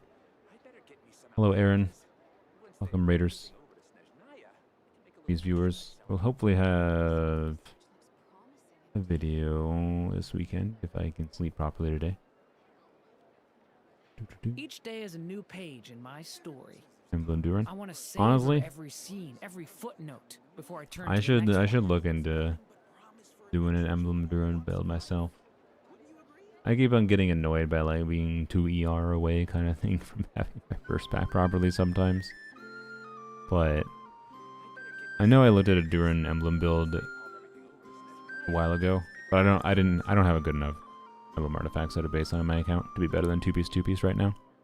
So it's a question of would I want to like strongbox it in the future kind of thing, so that I can have like a 160 ER Duran build. But I don't know, maybe at some point I will. I initially was like a more lukewarm on Duran Emblem than I am now. Basically is what I'm saying. This is a ridiculous circuit, by the way. Screw you for having that. So yeah, a very nice Duran build. And also ridiculous timepiece. Also ridiculous flower. Makes sense for an off piece, but the quality of those 3 pieces relative to the goblet is actually very good, because you probably needed the ER stats. But the flower is the one that stands out as like worse than the other ones, but not like a bad build. It's just funny. So yeah, fairness. Drink water, sure. 140 is more than enough for Duran if you crown skill. I still have so much to learn about human interactions. Like, I have opinions on that, but put my hands when I'm nervous.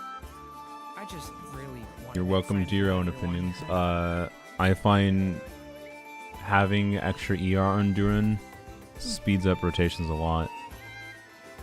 And yeah. Anyways, I think it's ultimately down to personal preference and team context a little bit. He's an annoying little shit to build, quite frankly. I'm a bit more negative on Duran than I was on his launch, because of how fucking annoying building him is. Can I stop For here different and play? contexts. I mean, It's just take a like stroll. I won't go too far. to the degree that there's a reason I was considering just a permanent Aminoma build on him. The reason I didn't go with a permanent Aminoma build is because it doesn't fix Stygian. Aminoma doesn't really benefit when you don't start with a burst that much in Stygian. So, because you need extra ER. If Aminoma can let you build less ER, it doesn't fix the fact that it can take a while to get the first burst right. So, yep. Anyways, Duran's a wonderful character.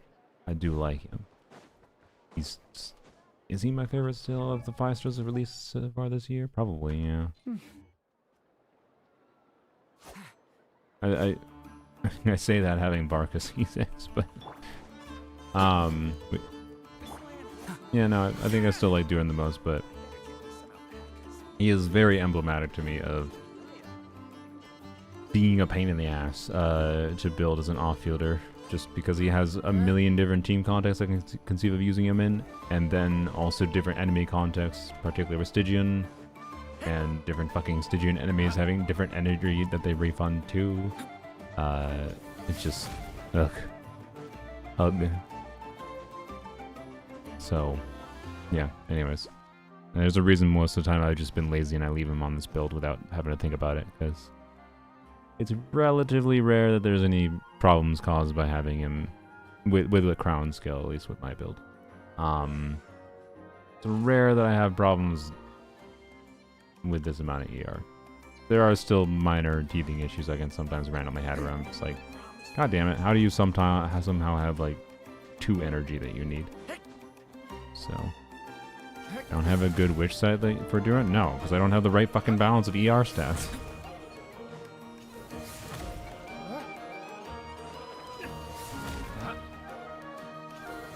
Not when I want attack and ER and crit.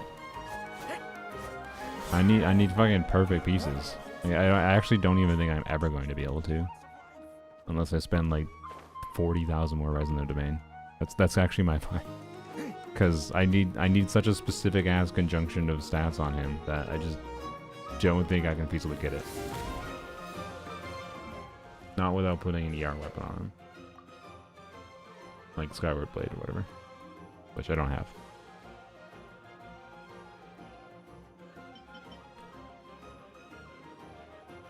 I so badly wish this didn't require using a burst to refund the energy. I don't know how else that would have made a trigger condition, but like, this is so close to being a perfect weapon for him.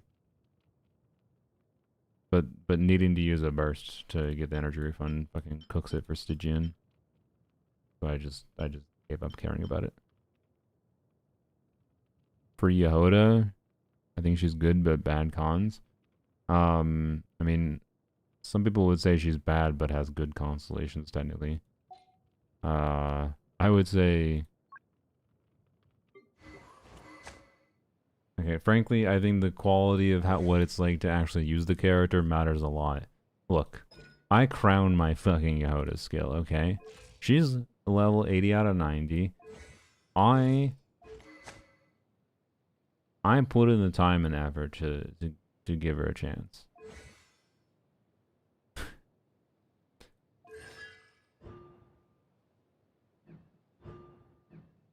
Her constellations, I'd say, are weird. So C1 can significantly actually increase her personal damage. It's RNG. It's notable this also changes her elemental application, which is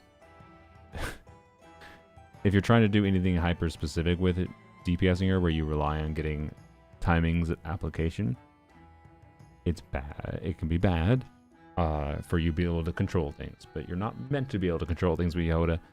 And then this is kind of weird, not super relevant in my mind. This is energy refunding, and then this is the nearby. It's a team-wide buff. Nearby Moonsign characters have their crit rate blah blah blah increased. Problem is playing Animo unit with Moonsign characters isn't that relevant that often. So, anyways, realistically, the reason to care about Yoda is if you want to do like 4-star clears with like Aino, Yoda, or whatever. Just do low investment clears, or you like Yoda. The motion value that she has on her treasure flask is relatively high. So not her treasure flask. The Meow Ball damage, that's her off-field damage. With level 13, it's 272%. Every time that hits, it does apply an element, so you can have an amplifying reaction like a Vaporize or whatever. So she can hit surprisingly good damage off-field. But having to do her like run into enemies for like 3 seconds to charge up her flask to get that, and then the fact that you have to have fucking Ascendant Gleam to do that ability, and you have to have Ascendant Gleam for her absorption from her burst too, because one of the really cool things that she has is that you can have different elements on her like Meow Ball damage and her burst damage. So she can be a unit that's applying Animo and Electro and Pyro at the same time, technically.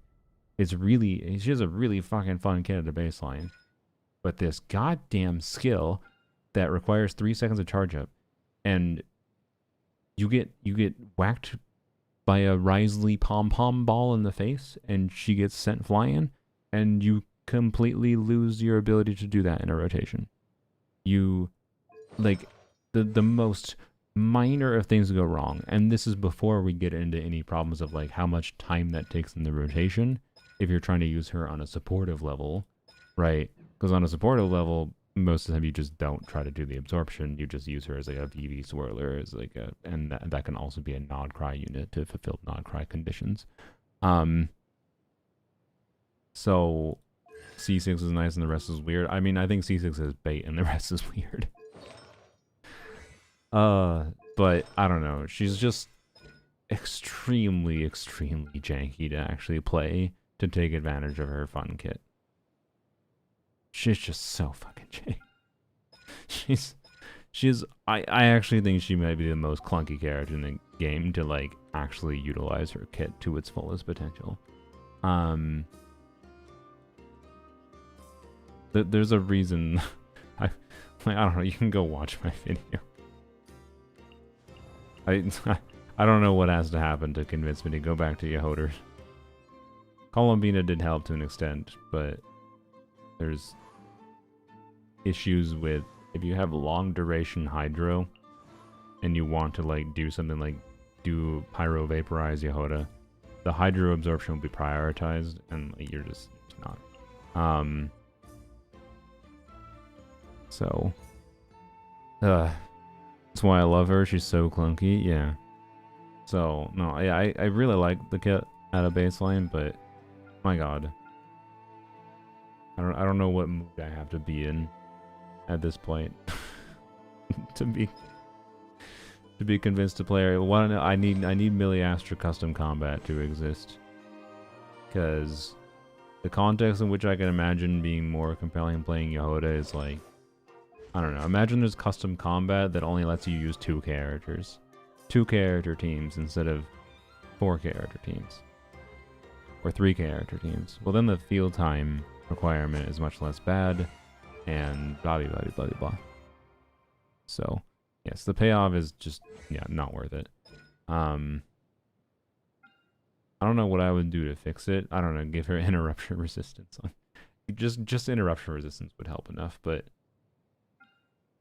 also just the weird priority order for her absorption too is odd.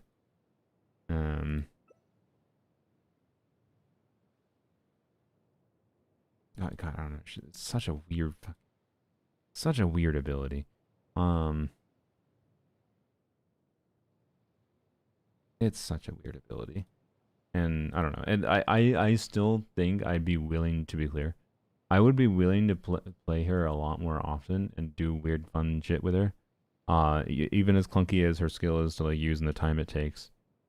If she didn't have a fucking double nod cry requirement. The double nod cry requirement completely fucks her team options.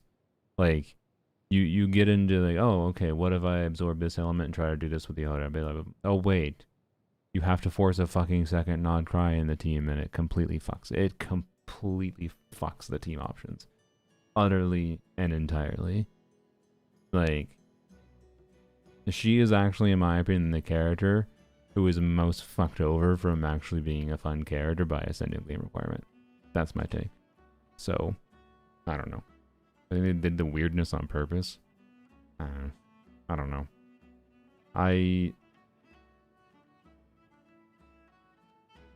Yes, no, maybe, I don't know. I think no.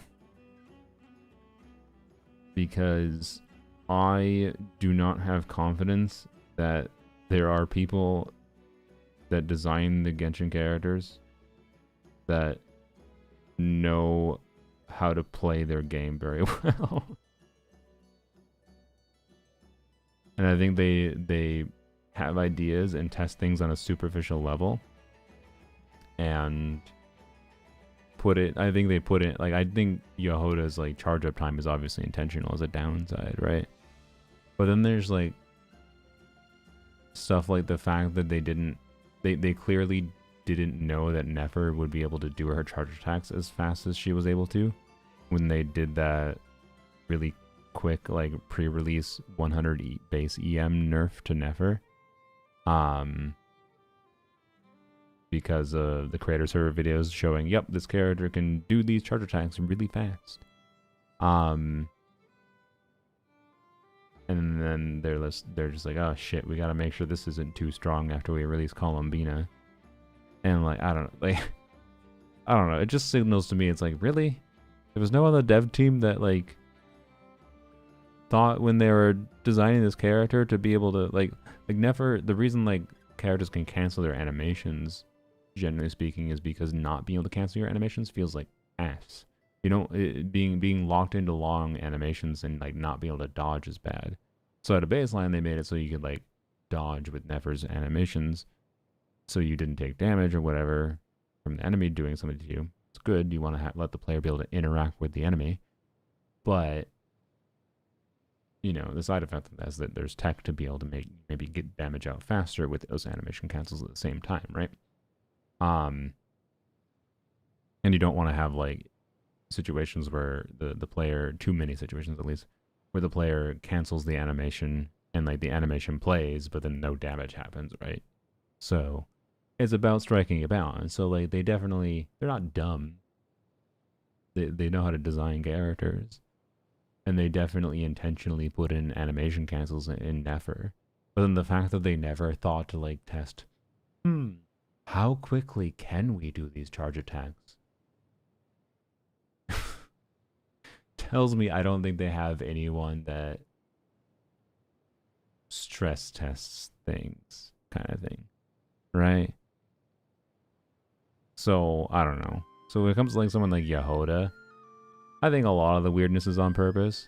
I feel like their intent with Yehoda was that she was supposed to be best in slot for Flynn's teams, but she's not.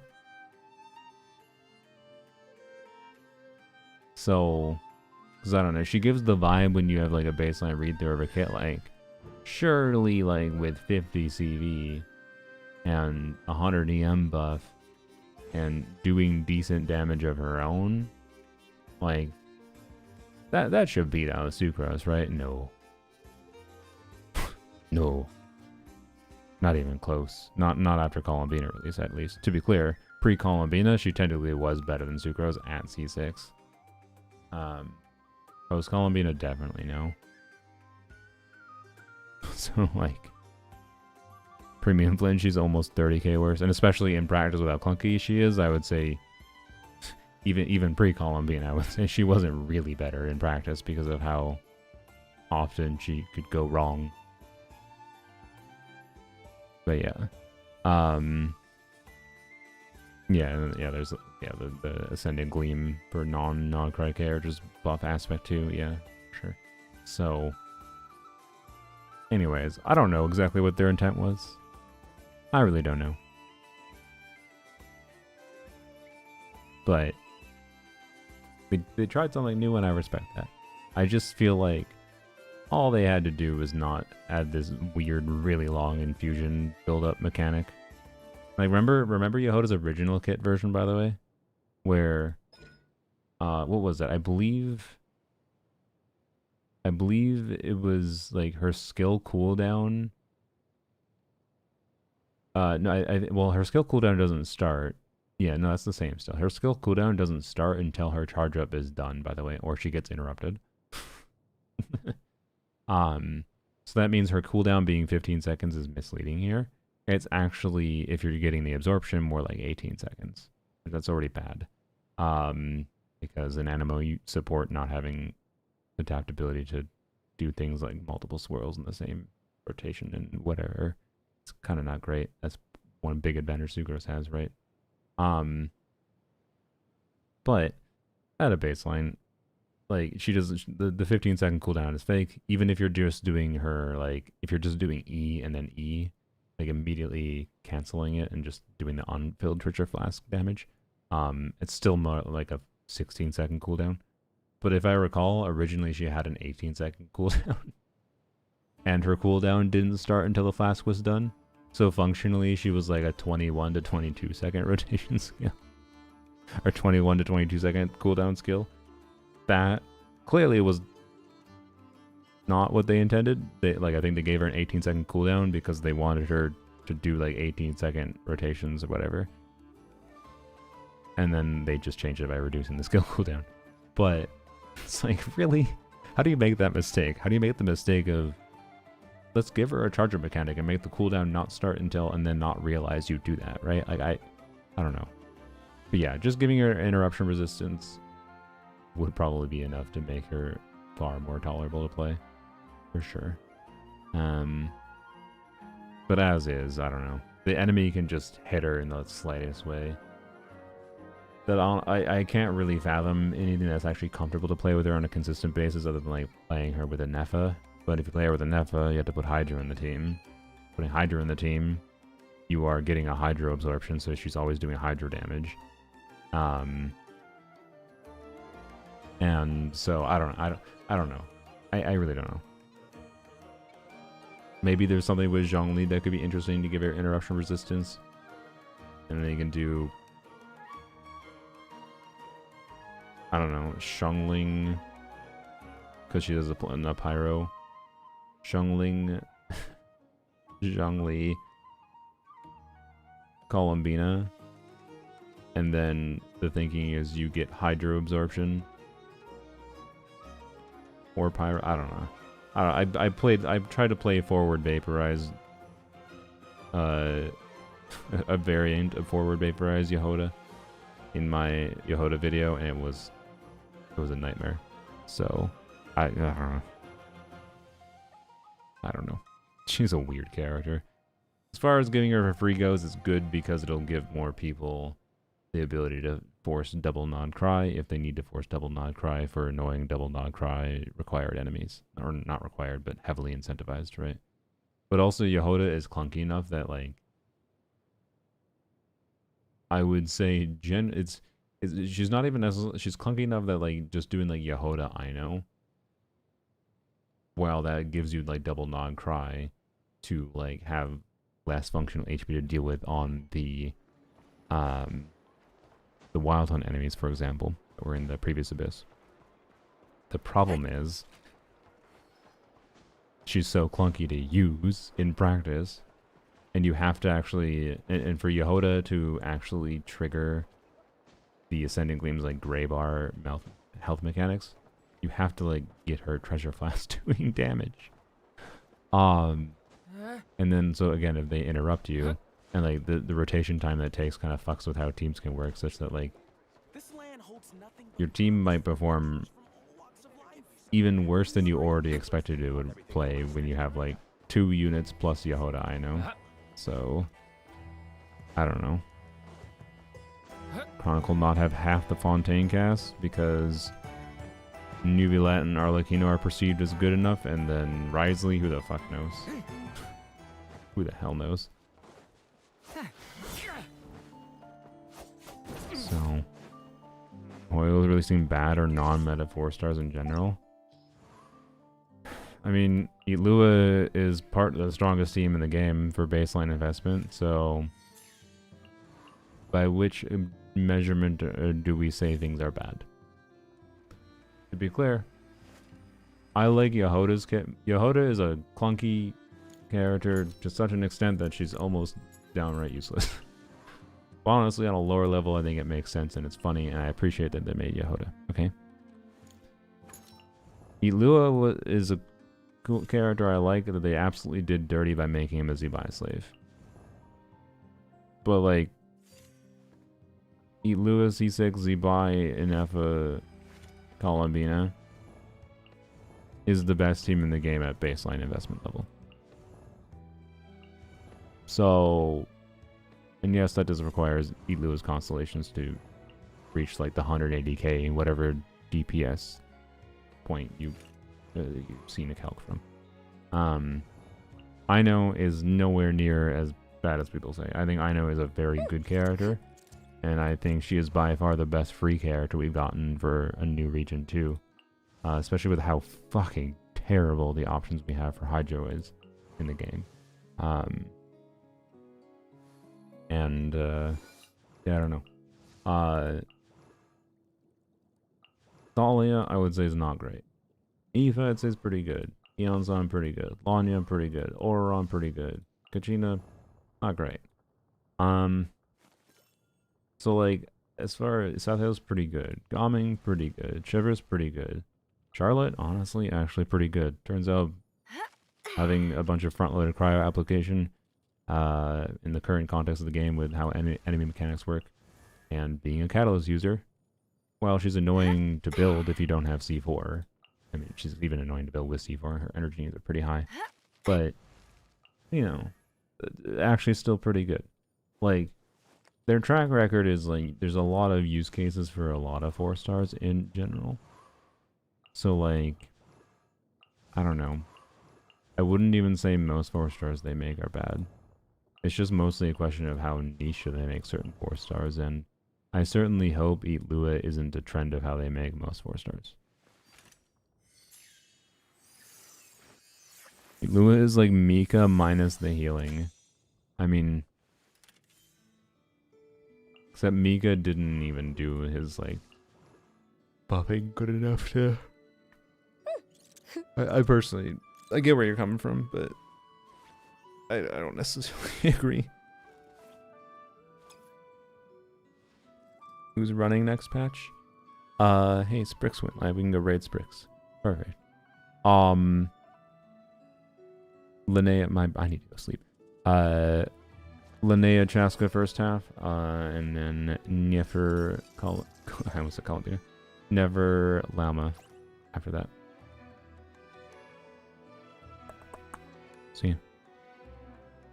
I already skipped Never because of her story design. I feel like I'm being punished because I didn't pull any lunar DPS. I have Lama and Bean and Never still a meta pull. I mean, on a meta level, you still need Lama if you want to, like, have the meta performance from Nefer. Again, I think if you just like Nefer and you want to use Nefer, you don't need Lama, but, you know, realistically, if you're a typical player, you will probably want Lama for Nefer. By the way, the Hera next patch is less tanky than it was originally, which that was the main problem with the Hera at Fearless difficulty, at least. So Never without Lama can definitely clear the Hera. I did it with the original Hera, and now it's less tanky, so it's easier now. But fundamentally, I don't know. Do you need Nefer? No, I don't. Like, I think Linnea continues the trend that, like, you don't need any main DPS for Fearless difficulty content, technically, if you invest specifically into all the off-fielders decently. Like, if you have Columbina, Anefa, Lauma, so next patch is Papilla, so Papilla you use Outland things for, right? Whatever. And then if you have Columbina, Anefa, Linnea, Lauma. So Moon Gecko, you do, like, Linnea. Moon Gecko is probably the hardest one. So you probably do Linnea, Columbina for Moon Gecko. Ideally with some kind of Geo on-fielder as well. But it doesn't necessarily have to be. You could probably do... I imagine you could probably do, like, Linnea, Duran, Columbina, Albedo, right? Or throw a Chiori in there, maybe. I don't know, right?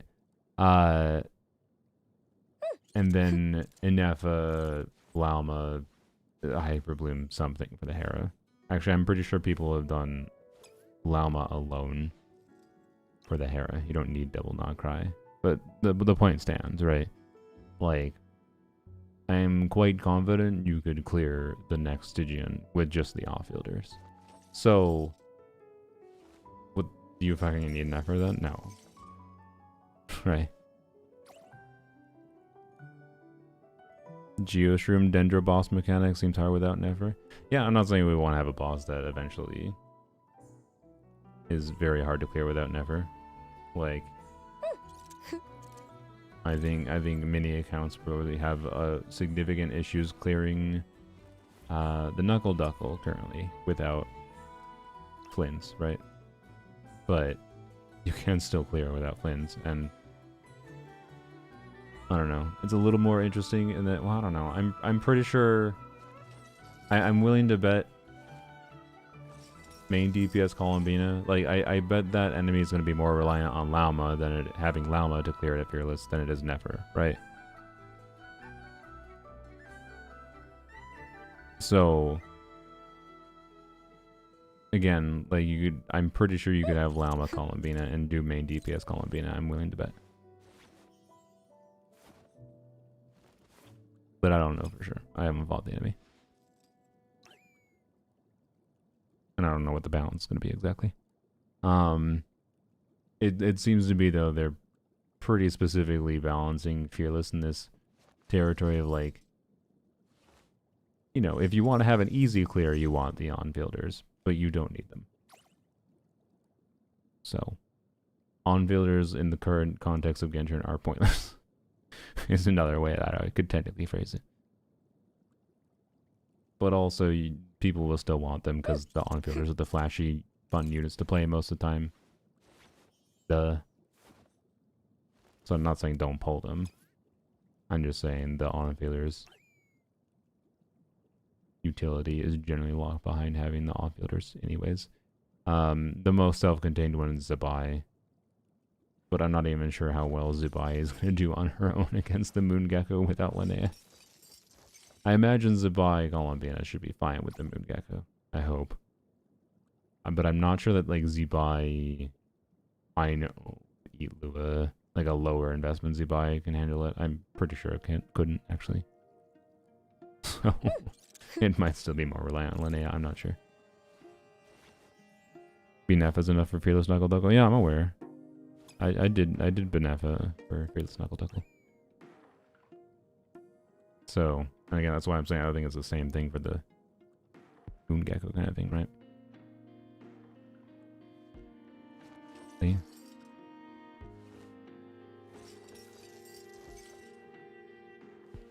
She good like Benefa? Yeah, Columbina Linnea combo is kind of going to be similar to Benefa combo, but less versatile in my mind, because I like you're gonna do the Columbina Linnea combo if you have at least one other Geo unit, I would say, that you want to pair with the combo.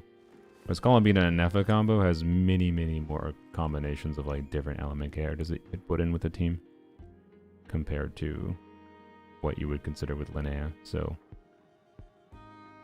I am of the opinion that it is more relevant to have Columbina and Nefa, but ultimately it's going to depend on the enemies you need to fight to clear. Columbina Linnea is much more relevant for the Geo Shield boss next patch than Columbina and Nefa, right? But yeah, Nefa has more baseline flexibility, which is, I think that's largely just down, there's kit differences to be clear, but that's largely down to, I think, the value of the element. So, yeah. New Animal Girl could be a new Varka support. I mean, the Eula, Jean, Amber, Lisa, Kaya, there was someone else, wasn't there? I think there was someone else, but those characters are all rumored to be getting hex buffs next patch, so all of them could be new Varka supports. But yeah, she could be. I don't know. I'd be surprised if they... I don't know. Maybe... I don't know. I don't know. I have no thoughts about what she could be. Varka kind of not need another Animo. I would argue there's space for Varka having another Animo. Because, like, Sucrose is very desirable for other teams. And her kit isn't fully utilized with Varka. Like, you're doing like at burst every other rotation type of deal most of the time.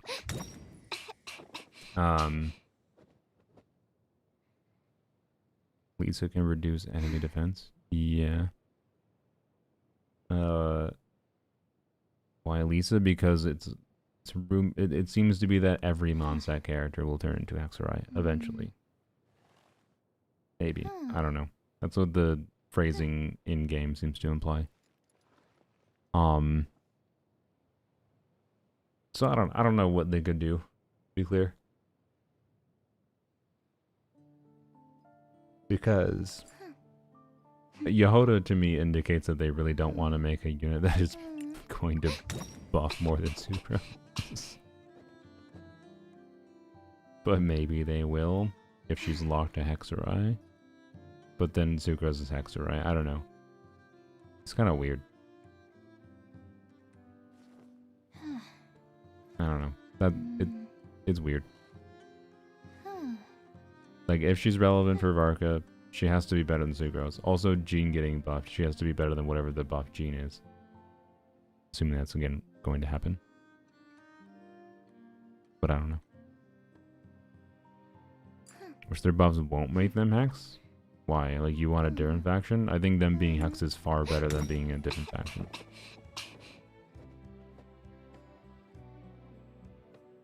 I originally assumed different faction, to be clear, when we heard about it, because that just seemed like the more loyal thing to do. But then we got information that supposedly that, no, it's Hex. And then there was the in-game lore note of the, forgot which witch it was, but it's like, but in like doing the homework or whatever, there's the lore note of all the Mondstadt characters' names are written down here or whatever, blah, blah, blah. So, Linnea's OP for a DPS support, easy to farm. She's easy to farm. Oh, I mean, easy to farm for, in that like slingshot is really good on her. Yeah, yeah. No, Linnea. I mean, Linnea is easy to build to the. It's the typical thing when a characters have, because she's crit rate ascension. Slingshot exists. Like the only compelling weapons on her are like slingshot, probably Aqua Simulacra, or well, technically any crit damage stat stick, I guess. Because the reason you wouldn't use slingshot on her is because of build like overcapping issues. So, anyways, Barker did say everyone, yeah. Sorry, what was the thing? So 31.2 crit rate from slingshot, 25 crit rate ascension. That's enough crit rate to start that, depending on how your artifact rolls go, you could wind up like struggling and like needing more crit damage rolls and whatever than crit rate rolls. But it's probably only really a problem if you're wanting to do like main on-field DPS Linnea, but I don't know. It's unlikely to be a problem. She should be a lot easier to build than a lot of characters. So, yeah. Is that the most boring? You think the next patch was the most boring patch ever? This patch just had like Varka. Like, it was, and then the Varka quest is good, don't get me wrong, but like this current patch is pretty fucking boring. The next patch has Dorman Port and the freaking Sky Temple Space Land. Stop gambling for a patch. I at 70 pity, but I want Nicole. I don't know. Do the math to be like, okay, if I go to pity here, this is what works for me. I don't know if it works for you. Bye bye, Aaron. Yeah. Do the math. If you're like, okay, I will get.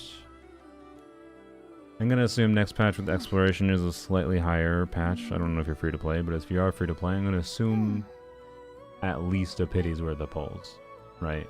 So I assume if you said you're already at 70 pity, you have no wishes currently. So the remainder of this patch, you'd probably get at least 5 pulls, so you get into pity kind of thing, and then you get another pity next patch. So if you do the math, that tells you you have enough pulls to, you know, if you continue wishing for a Skirk or a Scopier right now, and you win your 50-50, then you get 75 pulls next patch, and then you get whatever pulls, assuming Nicole's first half of Genshin 6.6.